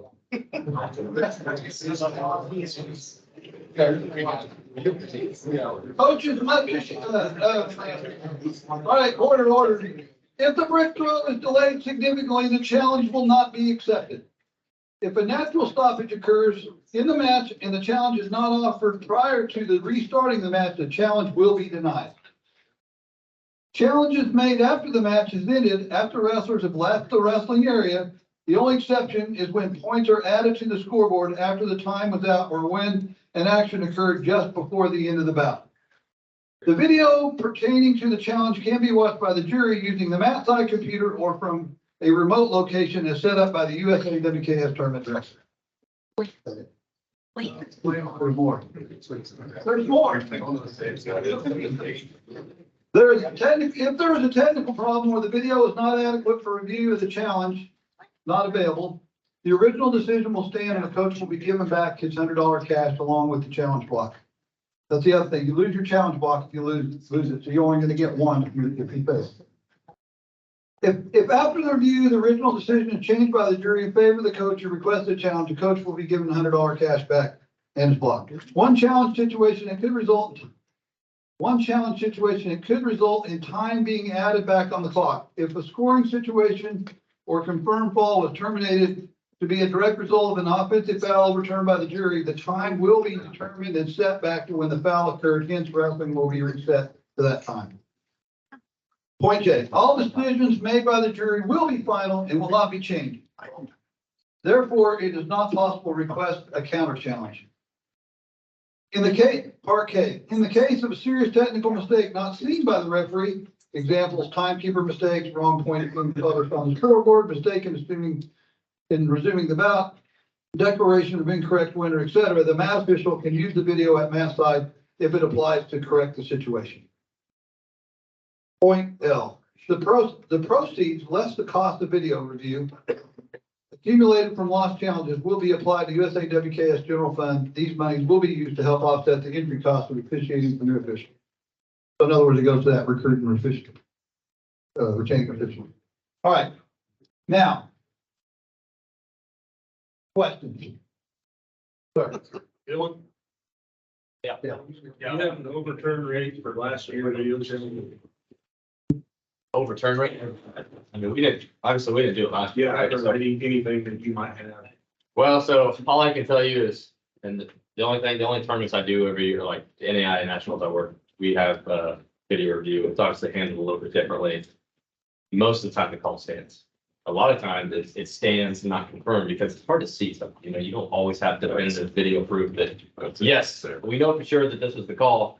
A lot of times it's hard to see the call. And that's even with someone else reviewing it. It's just like what we would be doing here. So yeah, most of the time calls don't get changed. So I don't have a percentage. I can't give you that. I wanted to get a break on this table. Right, so you go first. Okay, next, Kevin.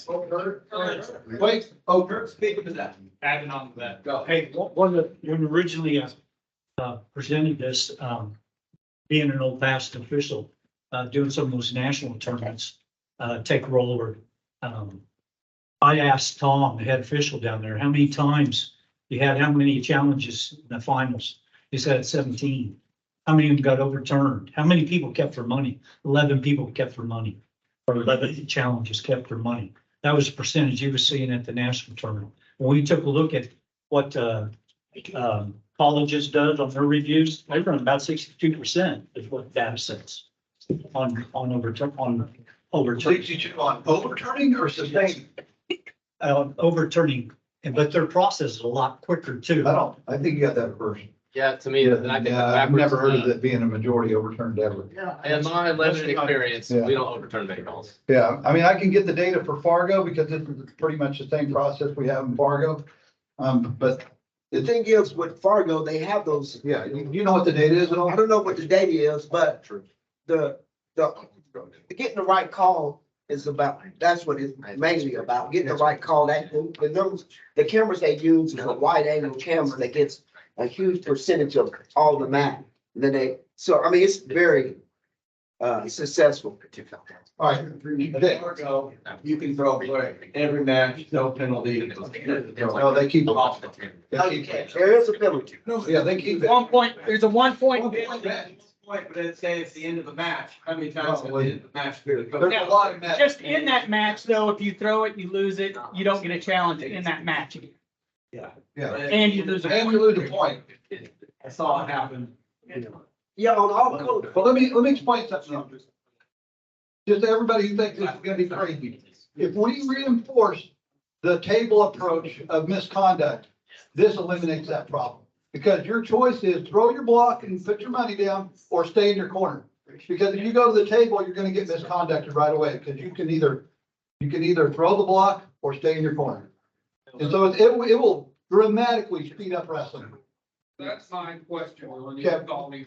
So if you go to the table for a rules clarification, is that a challenge? Or a question? It's gonna require a brick to be thrown for it to be a challenge. You can still go and ask a question. That's Okay. nothing that prevents you from doing that. Coach misconduct. Yes, that's correct. Yeah. So, and my second thing is, instead of being coach misconduct, if I throw my brick and my high school kid doesn't want the review and throws it back, the way this rule reads, that's a misconduct because no challenge. No, it's not. Well, that's the way it reads. It says if it's not overturned, It if said the call's not overturned. I thought it said if it's not reviewed. If the challenge, I think. Because it would if the never- challenge is it would not never accepted. We never would get reviews. It was not even there's not a challenge. If the guy throws the ball, if the wrestler throws the block back, there's no challenge. So none of this is all irrelevant. Yeah, it's all irrelevant. Okay, sir. Quiet. That's where you get the paperwork here that says, who controls the camera?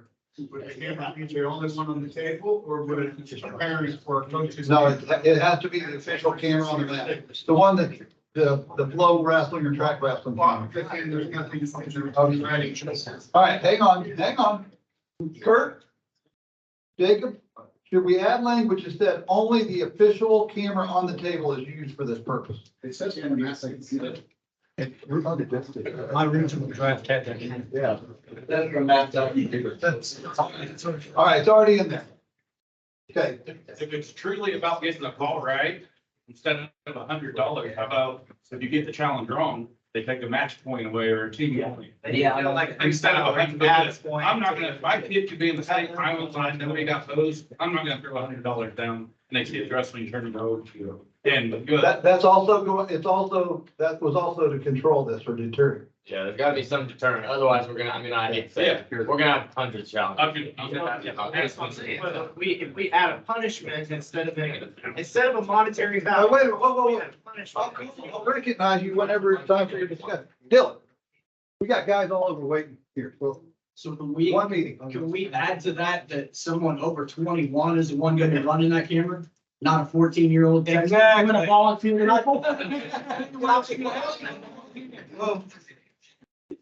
Do you know how hard it is to get volunteers already? Well, Put an age limit.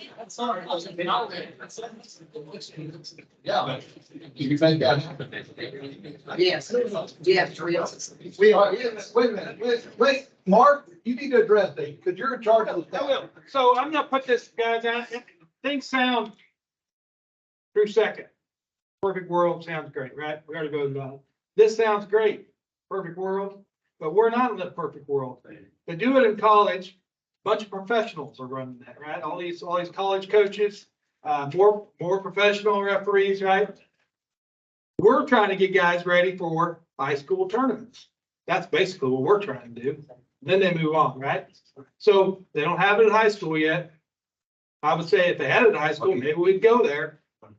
Are we fixing one problem and causing a bunch more? The volunteer part, if we do this and we don't have the perfect angle, right? We're just gonna kick the $100 back to you, but we're gonna add time to do that.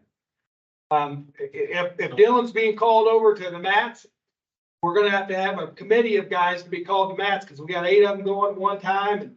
And before the finals, we got 16 of them going at one time. It's not a real simple solution, but what I said exactly is that if you can't, we're trusting a professional right now to call it right. Now we're going to trust maybe a high school age camera operator or a mom and dad that isn't really paying attention to the match, and so it's trying to fix one problem, adding a layer of others. Charlie. The blueprint for this is already successful. USA Wrestling has a wide angle camera that nobody operates. It picks up everything, just sits on the pole. That's not true. Everything. They have somebody operating all those cameras. My grandson operated one. I just did Fargo. Touch a camera sits on the pole and it gets a wide angle. They no longer have to have anybody operating. Exactly like. And how many of those calls, well, we don't have to have them here, but a lot of those calls are, we couldn't get a proper review. Yes. A lot of them, right? Yes. We just. Go ahead. You only have one guy talking right here, right now. Go ahead, Jordan. So, yeah, I've seen it. I mean, it's great, but at the same time, sorry, coach, from the angle of the match, what you're questioning can't be observed. The ref was in the way. Or, They had volunteers, as many as they could get in Fargo, operating the camera to move it. Yeah, I'll bet you $1 million. no longer. I'll bet you $1 million. Yeah, Mike. We did it this year at Fargo. No, we did. Yeah, he did. Yeah, he did. Not all of us had them because they couldn't get enough volunteers. I know this. I mean, Charlie, whatever, we can solve that afterwards. Ed? Okay. You're wrong. The education is, because I can see this right now. It's the picture of it. Oh my gosh, we created. Probably. Yeah. This is not the Olympics. This is 6 and under, 8 and under, 12 and under. Kids. Yeah.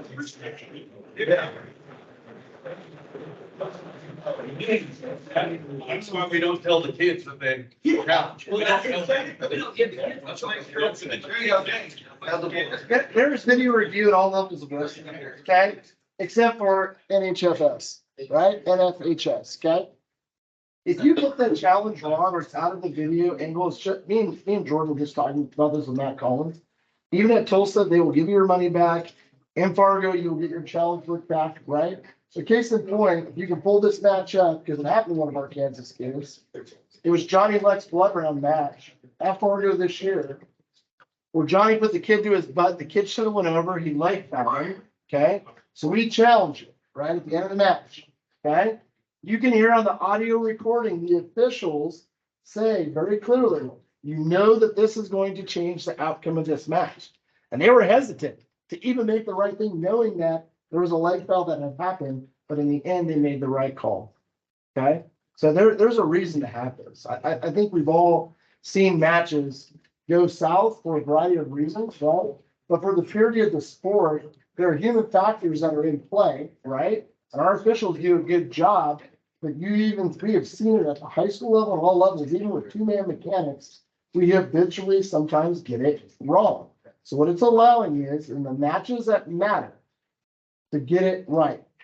To say like, well, he's 6 or he's 10, doesn't matter.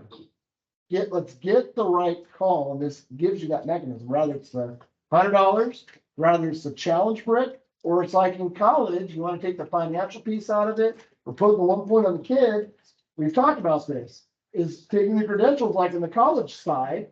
You get it wrong, you get a hole punched, okay? You get another call wrong the next day, you get a hole punched, you're done. Okay, your challenges are up. Doesn't cost nobody any money. That coach doesn't have to worry about it with his parents. I'm like, man, I just cost the guy a state championship. That cost him a point. But, say that, Brian? How many hole punches per club if you're making? You get one per day. You get one mulligan per day. Okay? Or per coach, excuse me. But that takes the financial optic of it out, okay? Josh Hogan.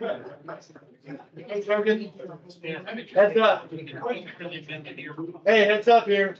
Coach Hogan's got it. I'm a fan of video But not a fan of allowing the kid to make the choice on the video review. First of all, you got an 8-year-old like, Mom, I didn't review that. He doesn't have $100. Mom may not have $100. Dad may, just to give them the option. I would like to have the option. That would be great, but I can't trust my 8-year-old or my 10-year-old or, he's crying. He doesn't have to see the his blood. It's like, you can't give them that choice.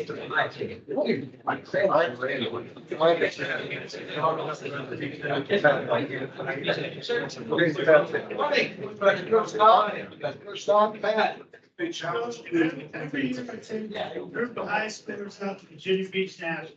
Not a USA event. Not a USA event. They have video review. Last year, we won 3 out of 5. Okay, when they first did video review, it was $100 cash on the table head. And there, everything's broken down by class, freshmen, sophomores, juniors. And each class, they have 8 to 10 mats as a pod referee. When there's a challenge, they call the pod referee over. He comes over with the two other guys. They look at it right there. They make a decision, and you're on your way. Either you get your $100 back or you don't, and you just continue on. Doesn't take very much time at all. Post match or during the match? It's during the match. So when it happens, if let's say there's a takedown and they use college out of bounds, and you think that you secured the takedown before you went out of bounds, throw the challenge grid, put the $100 down. They come over, they look at it and say either yes or no, and then they go on. Then you continue the match. Either you put the $100 back in your pocket, and you move on, or it goes to their club. And we've had pretty good luck with it. Since then, the reason why they started with $100 and that you could only challenge at the semifinals is that they didn't want people overusing it. Okay, and so once you get the use of it, and once you start getting the hang of it, then like this year it's $50 and you can challenge at any point in time. But that's how that goes. Sir, gentleman in the back. I think it sounds like a great idea. My question is, do we have the infrastructure to pull it off?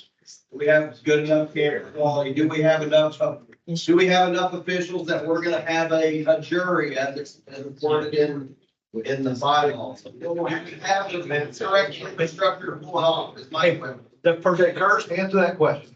first part of that question, Joe, can you answer that? Yeah, we have all the technology we have today at the tables is already there to be used. We still use it. So would you say we have a static camera or a man camera? Definitely a man. I've heard examples of Fargo, Virginia Beach duels, NCAA. Do we have that level of technology? I don't know, but I'll remind you guys of something that happened in NCAA and the net and At the high school level. no, I got it. We In don't NCAA, I There's didn't recognize you yet. There's some that don't have anybody on the camera. And it's a wide angle, and then when they come over and look at it, if they can't really tell one way or the other, they say you can't tell with the video that we have. So I mean, one kid gets on the good mat, and the other kid gets unlucky and gets on the mat with the crappy camera. It's not a camera thing usually, it's like could be a referee standing in the way, whatever. But let me tell you what happened in the NCAA tournament. Now, in the NCAA tournament a few years ago, you guys, if you're watching it, you'll remember Cleveland State or Kent State was wrestling Oklahoma State. And they had a scoring situation, and they did an extensive review of it, and Tim Shields, that's his name, right? Yeah. The head goober of NCAA referee, officiating. Used to be. Came back and said, we cannot tell how many seconds were left on the clock, so we're gonna let the call stand as it is. Even though the guy clearly scored and there was, the time was right and everything, it became very political on there, so, I mean. I think that was the Wyatt Shields match or? No, it was, Heil, but he was at Kent State. Yes. Okay, Pat. I agree with Charlie and James that there are models out there and there are models at every level. But I will say there are no good models out there. The flow of the match, I would say, especially at those upper levels, if you're a coach and you're not training the athletes to have a minute, 5-minute break, at some point, to prepare for that, you need to, and again, there's models out there, but I have not seen a good model. And the thing is that these tournaments, as they're getting into the round where that you can challenge, there's a lot of mats going on. So say there's a jury of three officials. Well, if you've got 8 mats going on, 2 people, now they've got to bump from this mat's holding still. Then they go to this mat. Well, you could have a few matches holding and a lot of people rolling around. What Travis is saying, you're in essence, you're basically starting a new match in some cases, or worse. Especially if you make the change. So you sit and wait 15 minutes. Now, you're gonna go back to wrestling. It's a whole. NCAA match, Yeah. 15, 20 minutes. You're not tired anymore. Yeah, it's not the norm, but I mean, that's at the NCAA level, we're kids. Well, it's still. He's into it, just have state finals, and if we don't like the state finals, we use it the next year. Well, that would require a friendly amendment. How many challenges at Tulsa Nationals per? Let me talk about Tulsa Nationals. How many people here want to pay $50 to enter their kid at the Kansas Kid State Tournament this year in 1025? Because that's what you pay to go wrestle Tulsa Nationals. And if you want to coach, you pay $100 or something. Well, I'm just using the video review example. I know. Like 17 and. I'm just saying it's not an apples to apples thing, because Jack is in it for the money. So, Yeah. Call for the vote. Call for a vote by Kevin. Anybody want a second? Gavin, you want to say? If the challenge fails, are you getting the coach misconduct? No, because it's just a different process. Just. Yeah. This is yeah. All right, so call the question, been seconded. Wow. All in favor of video review as it's written now, no amendments, raise your right hand and hold them while we count. But as it's written now, we have to do it at regional tournaments. To have video review, yes, Pat.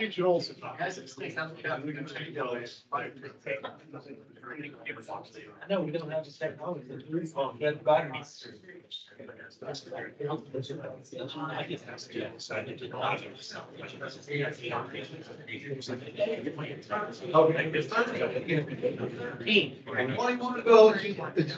All against.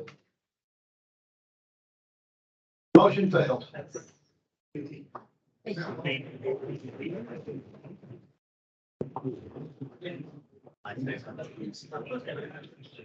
All right, this year, right now, the way it stands, we hand out one award for Kid State Tournament, and about 3 teams can win that award. So in order to make it a little bit more of a team situation, a proposal was made to award each age division and gender a banner for your room. So your banner would say USAWKS 124 8U state champs, and have all your wrestlers listed underneath of it. So it'd be up to the club director to give us a ship to address. After the tournament's over, we'll get the bracket or the banner printed up and sent to your club. And that way it's more competitive from a team perspective than just the team trophy. So is there a motion from the floor for age division banners? Yes, sir. Your motion and a second. I second. All right, lots of seconds. Who made the motion? Yes. Joe Connect seconded. Is there any need for discussion, or can we just vote? I got it. Okay, so we had a situation where 2-man bracket, right? Take second, go score 18 points for your team. You get placement points. You get placement points. No, you don't. Yeah, you do. Absolutely, you get placement points. Not in that, it doesn't score the same way. So like what Coach Klein's talking about. No, I know the wrestler in question, we can pull it up and I can show you that he did not score any placement points last year's state. And there's a problem. There's been 14 U, 75. Usually these round robins that have like 1 or 2 guys that Coach Klein's talking about. Well, that can be fixed then, because they're supposed to get placement points. You can't make any match points because there's no match. They didn't get placement points either. Well, then there's a problem, and we can fix that. That's a fixable error. Just making sure that. Yeah, you should get placement points and if you're winning, you should get bonus points if you can. All right, so other questions? What's the cost of this? It's like $70 a banner. I mean, wait, Michael Brownell, how much is It'll be free if I get to do them. Mike Brownell said he will do them for free. Only if it's a part of, it would be a part of the Mark Stanley state budget. All right, any other discussion? Michael. All right, call for the vote. All in favor of age division banners, raise your right hand.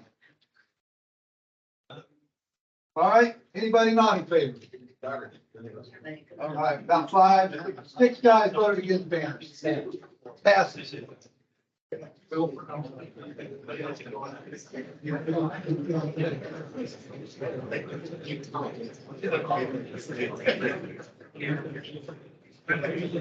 Okay, here's the proposal.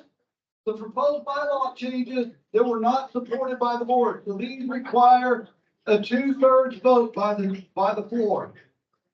The first one was operating reserve policy. Basically what this proposal says, you guys can all read it, but it basically says if we're not gonna buy a brick and mortar training centers or spend this money that we have, we'll call it the Vanguard Fund, because that's basically what this is. We have enough money to operate almost a whole year in cash. I mean, you guys saw our budget's $300-some thousand. We got $200-some thousand in cash, and we got $300-some thousand in the Vanguard account.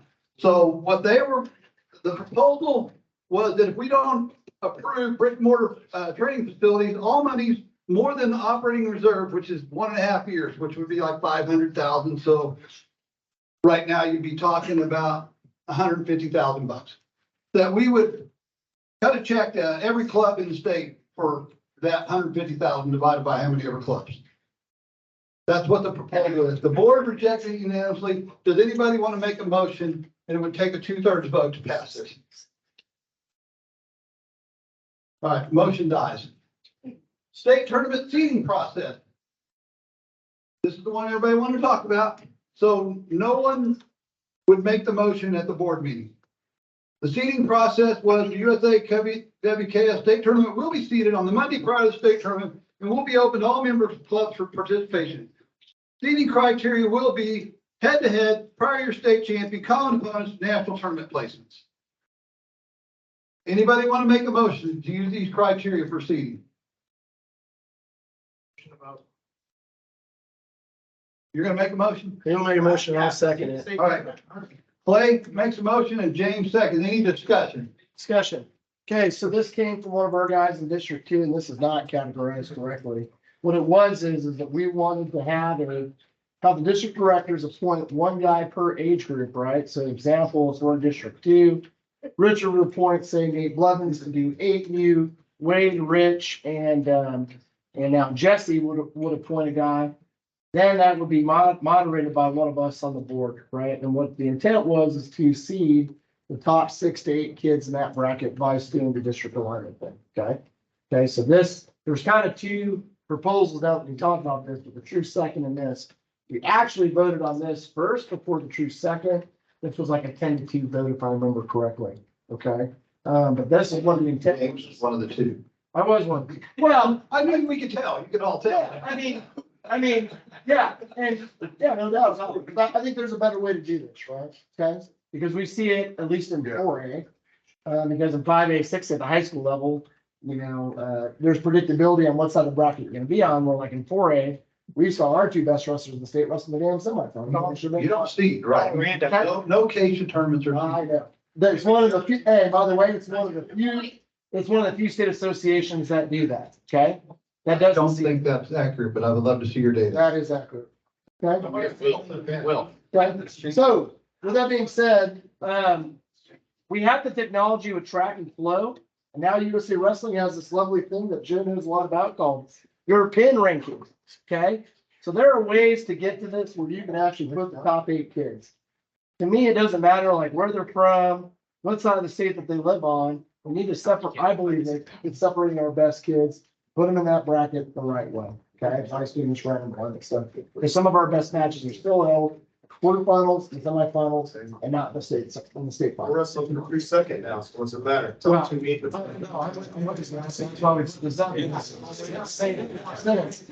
If this goes in, 2 seconds goes out. The way that it's worked, we wasted our time earlier. Yeah. Well, okay, wait a minute. Meeting in order. So the seeding in state tournament, head to head, prior state champions, so on and so forth. What if there is none? How many years back? Yeah, I mean, that- oh, I'm gonna say another state tournament, that makes me a state champ. It says there, it's current season. Prior season. Because for all, again, that's even worse. Isn't seeding or like our spot is like, hey, this is the best from ours. And we're gonna wrestle the best or the worst from yours first round. Isn't that a seeding still? That's why we have districts. That's how high Separation, it's called separation. Yeah, that's what high school does. So these guys just told me that 4 and 3, 2, 1 are gonna be seated this year. For all you didn't know. Just see the number one. How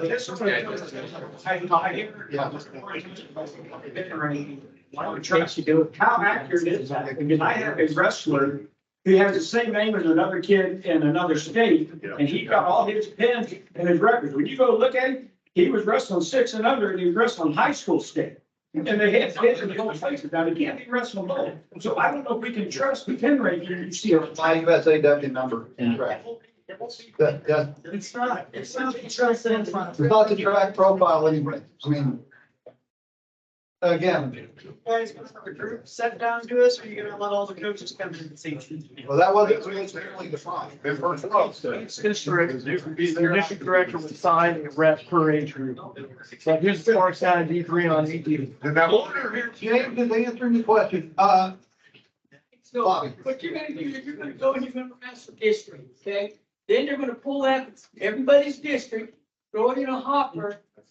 And then, or not a hopper, but they're gonna throw it in there, and then there's gonna be a few guys go down. And change that seating, so you're number one out of this district, it don't make no difference, because they're gonna pull them all together, and who's gonna be the ones to do that? Yeah. But. Yeah, because that, what you should be saying, Jacob, ask James' question for you, it's not defined on here, but how many are you gonna see, and then what happens to the rest of them? They all ran? I would do the top 8. I did top 8, what happens to the other 8?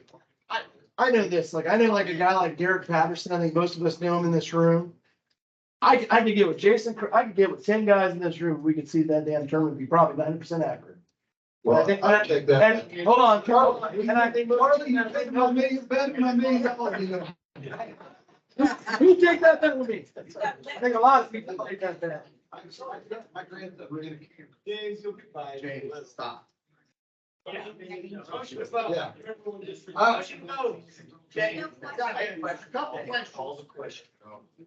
Go ahead. James, Yes.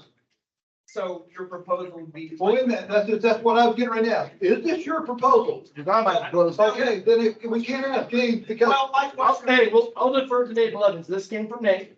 I put it on behalf from our district forward to the state. My question goes back to the cedars of the brackets. And if we appoint, where will that take place? Will they have to go down to the state tournament? Is this gonna be, I mean, how will that cost? Guys, we have soon. No good times, we can do soon. It's not that big. The only thing, the way it's written, it says all clubs get to participate in this meeting. But I like James' idea. You can't have all of us see it. Yeah, this is the way it's written. So Nate wrote it, so This was just in talking to some of the people. This is obviously not written. Right, I would agree with James on it. Each district appoints somebody for each age group. With 2 people. And then have a Zoom call. This is, I don't know if we can do it on a Monday, because we're probably still back on the tournament. You're still backfill until Wednesday. Right now we are. Sir in the back. We kept that back for a long. Correctly, I can think first, my district still gets seated 5th in the tournament. Yeah. That's right. Or 8th. Or 8, you're not getting seated at all.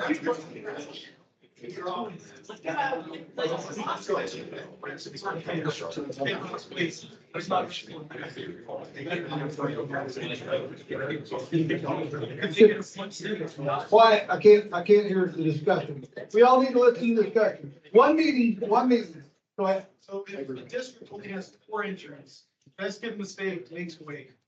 Doesn't have to wrestle a district at all, but then he wants to. No.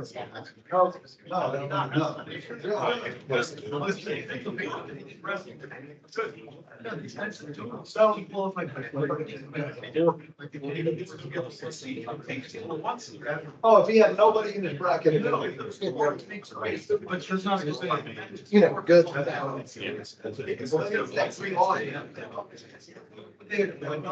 Okay, quiet for a minute. James, are you listening? If a guy doesn't go, if he goes to districts and gets 4th because he forfeits to 4th, but he's the best kid in the state, did he get the 1 seed? Yep. I would say if he's earned it, sure, absolutely. How do you earn it if you didn't win your district? He beat all the guy hurt, you said. Look at the Big Ten. He got hurt. You didn't say about stuff here. All right, next. So the other spot, it's not in your wish.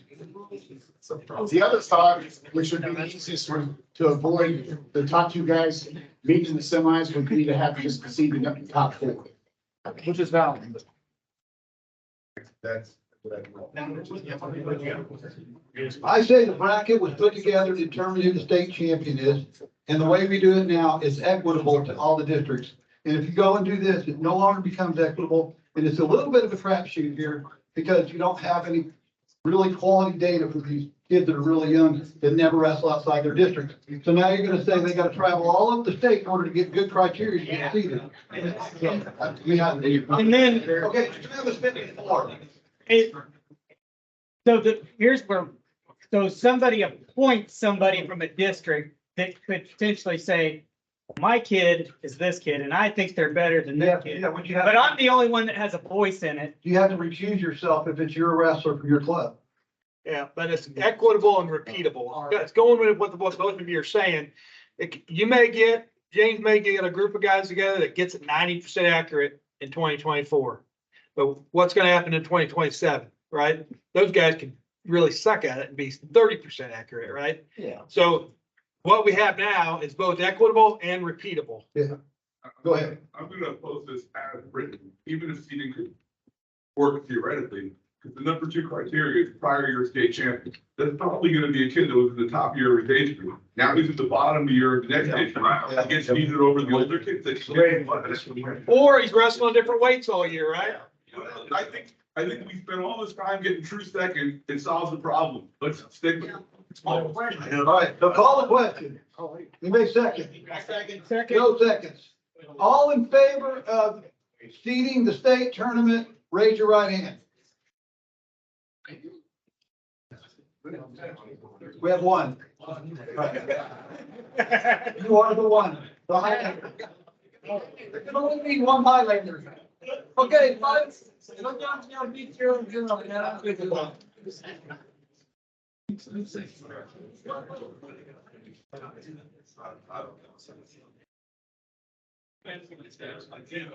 Okay.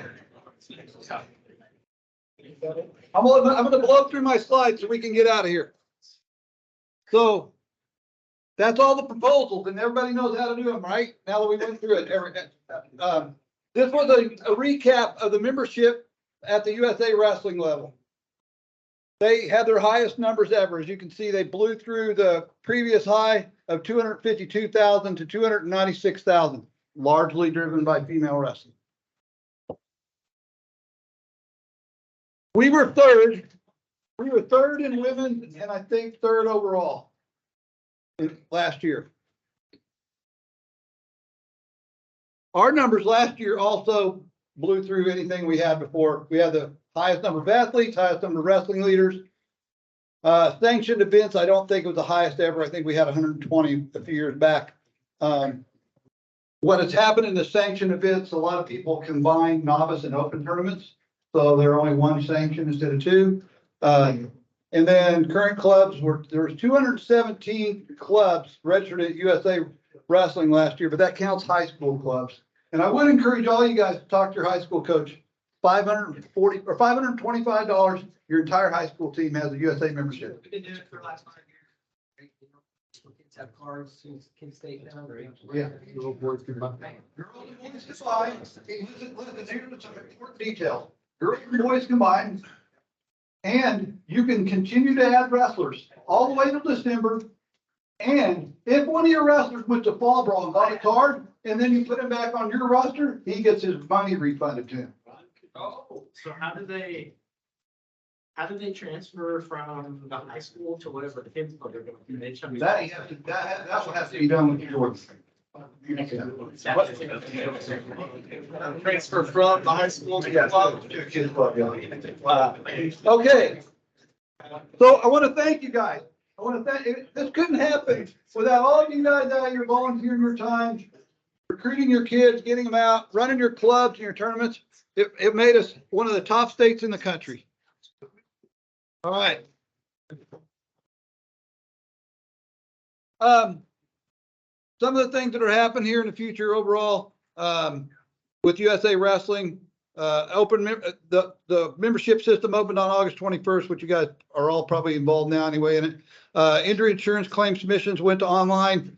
And we do weekly, every other week calls, all the state chairmen and anybody or anybody in this room can participate in the USA Wrestling every other Monday call. If you want to listen in sometime or all the time, call me and I will give you the link to it. And you can, it's at 4:59 Central Time on every other Monday. And that has something to do with when Mark Ryland pinned Greg Randleman, 4:59 in a match. So, Is that right? yeah. When you're done, I want to register 2 clubs briefly. Okay. Well, then we have to have our state leaders, our state board little gathering too. Yeah, right. Mine's very brief. Okay. All right. Books are out here. Again, the USA Wrestling is heavily investing in technology. They're adding to their IT staff. Their membership system is going to be a lot more versatile for us to use. There's a lot of good things coming from USA Wrestling in the technology world. What James talked about earlier, a Google form, I think Joe is going to be able to actually just get the USA numbers for all the kids from middle school duels and pull all the data out of the USA membership system. So you won't have to, fill out a bunch of forms and do all that. There's a lot of data being, USA Wrestling becoming a data business as well as a wrestling business. Same thing every year, you gotta be a wrestling leader. Something else new about. So everybody here, I don't know who this applies to, there's like 10 of you, maybe 14 clubs that have a room at the former Capitol Plaza, now known as the Topeka Hotel, Hotel Topeka. Anybody who has rooms, you have to have a wrestling leader on your contract. So somebody's grandma from 20 years ago can't have rooms the state tournament weekend. It has to be a wrestling leader. The hotel was very near telling us that they didn't want to rent us any rooms anymore because of damage that's been done. So they want to have some teeth in the agreement. So if somebody gets put on video, their kids breaking a glass door or setting off the fire alarm or pushing all the buttons on the elevator repeatedly, then they're going to come to us and ask us to tell that club they can't have a contract at the hotel. So They just canceled rooms without calling or anything. it's under what's that?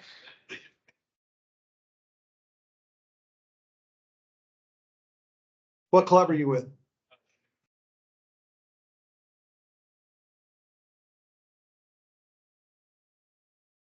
You need to see me after the tournament thing because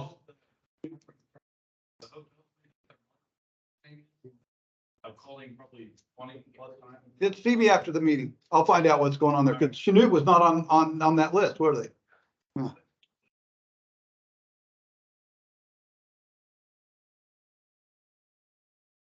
Oh, Yeah, he said he just. just talk to me after the meeting. All right. All right. So we talked about that brick and mortar. I just want to get a straw poll here. This is nothing official. We invest in wrestling, obviously here. There's been a lot of talk about having facilities, brick and mortar. So a lot of things were kicked around, about this. Practicing, needing to have a place for practicing camp to store all of our assets, put our vans in, all this stuff. One per district or a centralized single location. You know, who's gonna pay for the annual costs? Do you have donors involved? And I need to hear from you guys. As a straw poll, how many of you think we need to invest money in a centralized brick and mortar facility somewhere in the middle of Kansas? How many of you would like to see USA Wrestling invest in facilities in each district, 4 facilities? Okay, a lot more of those. How many of you would like to see no investment in brick and mortar by USA Wrestling? Paint a picture of what it's gonna cost. Everyone's gonna say, whoops. Yeah. So would everybody like to see financials on what it would look like to have brick and mortar before you make a decision? All right. I will put together a spreadsheet with both models and send them out to everyone. James and I can work on it. So what if you're gonna level the sign, how big the building you need? Right. You said century. Literally located by geography. Okay. Any other questions on brick and mortar? All right, I want to keep moving here. Got a few more slides to get through. I thought I did. All right. Fans. All right, this is something really important. I need your attention. This is the last slide, I promise. Every year, we have to get transportation to all these events. James Bilby worked on this. We've been kind of working on this for a while. It's becoming impossible to rent vans in the summer. They're all being rented out. You can't find them to rent. Schools, don't let you freely use them. Schools are having trouble buying them. Vans right now are at a premium. Amazon.com has spoken for all the Ford Transit vans for the next 18 months. So UPS, FedEx, school, rental car places, Hertz, et cetera. They're all trying to get these transit vans. And so we would like to purchase a couple of vans. And this is the cost offset we were talking about in the budget. And it's very clear here. James has outlined if we bought vans, how much we would save $10,617.25 per van per year. And if a van's $50,000, it pays for itself in 5 years. And then if we went to a greater number of vans, then we could save more money. We think up to 4. We think 4 is probably the sweet spot. But what we would like your approval for, and this is going to take your vote, we would like approval to buy 2 vans for the upcoming season and start running some financials on them and seeing how this works and seeing if our cost avoidance comes into play. It's going to reduce pressure on us on renting. And I think it's going to help out overall. We can also, what we ultimately want is 1 van per district. So you can use those vans to have like training centers and that kind of thing. Okay, so let me ask you this though. Well, I need a motion. So currently we don't have meetings? We have nothing.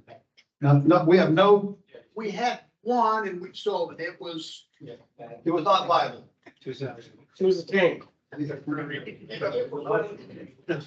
Klein makes a motion, we buy 2 vans, anybody second? All second. All right, we got second. Any discussion? Have you talked to Bob, about this?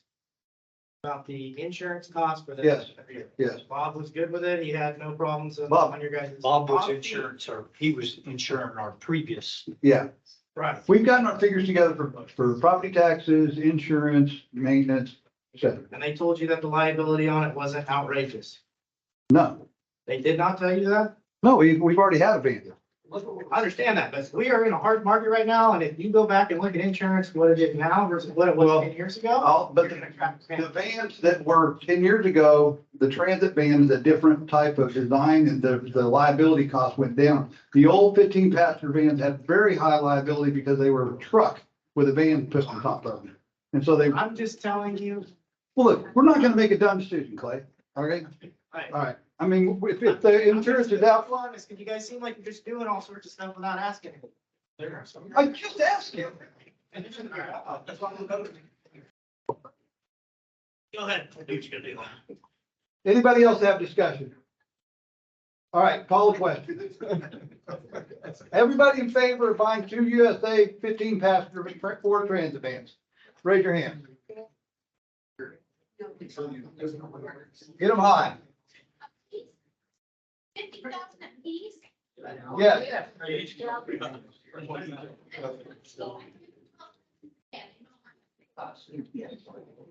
You can go look up a 15 transit van on Google right now. They're $50,000.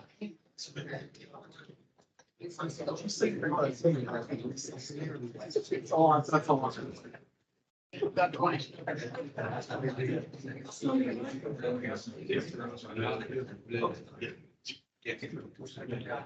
All right. You got it, Scott? All right. How many opposed? How many opposed? We're done. All right. Clay, are you gonna oppose the van? I don't have a Oh, okay. What is the number of votes can we get? How's that? The number of quotes. Okay. Yeah, we're getting lots of quotes. And we haven't found any of them to be palatable yet. A 20,000 mile, 2021 van was 61,000 at the auction. More than MSRP. Yeah, more than MSRP. So if we don't find a van that's priced right, we're not gonna buy them. So you didn't just give us the right to go out and spend money recklessly. We're gonna buy it right. Or not. Yeah, or not buy it. So I'm telling you, you've given us the power to make a good decision on the van. If it's not a good decision, we're not gonna buy the van. All right. I have nothing else. Is there any new business from the floor? Oh, one other thing. I have two things here for Nate. Where's Nate go? All right, so Nate has made a proposition to buy banners to advertise all the tables at the Kids State Tournament next year. And so I wanted to recognize him for that. I don't think anybody has any opposition to that. Lastly, there's also a change process at USA Wrestling. And Nate had a suggestion this year that he brought to me. Unbeknownst to most of us, 8 and under kids were not recognized as Triple Crown eligible athletes. And so his son won folk style, freestyle, and Greco. And unbeknownst to him, he was not going to get a Triple Crown award. So he wrote a proposal up, and it was, I presented it at the State Leader Summit in Colorado, and it had almost unanimous support. And so now 8-year-olds are included as full athlete in the Triple Crown. We have 2 kids, same one. You guys can do that. If you have any proposals, you write them up and we'll get them in front of the right people. It's available to anybody. And yes, Charlie, how much do you owe me? You will be a millionaire.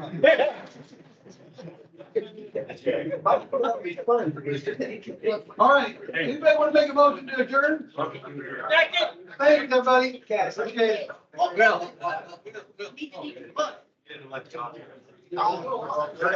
Two quads, two quads, and then you get in the corner real quick. Two by one. Take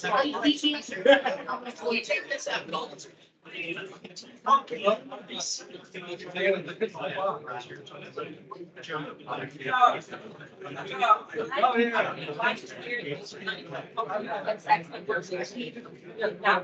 board members, all board members.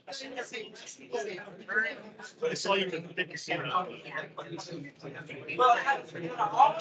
All board members, up here in the corner. I want a million. Take video.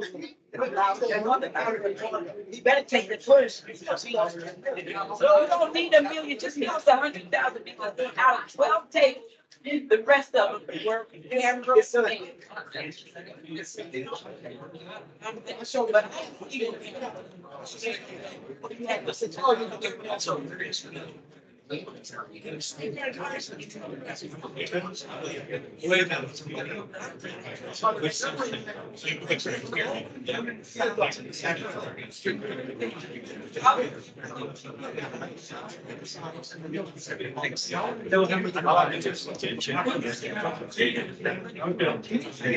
No.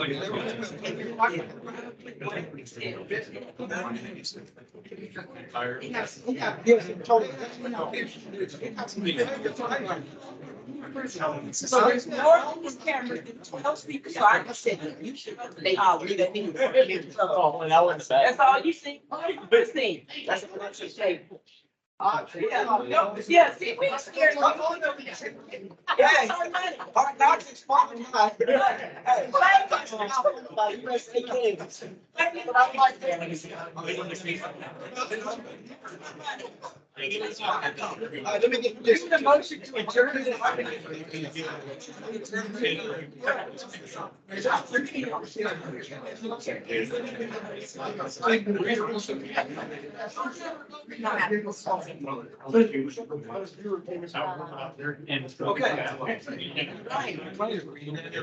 Since we talked last. You got it. Mark? Yeah. Oh, is this already up? Scott?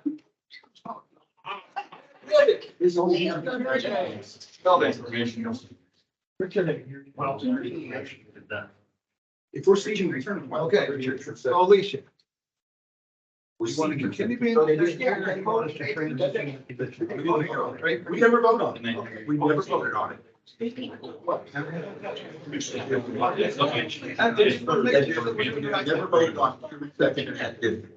We never did. Make sure that. It did not happen. No,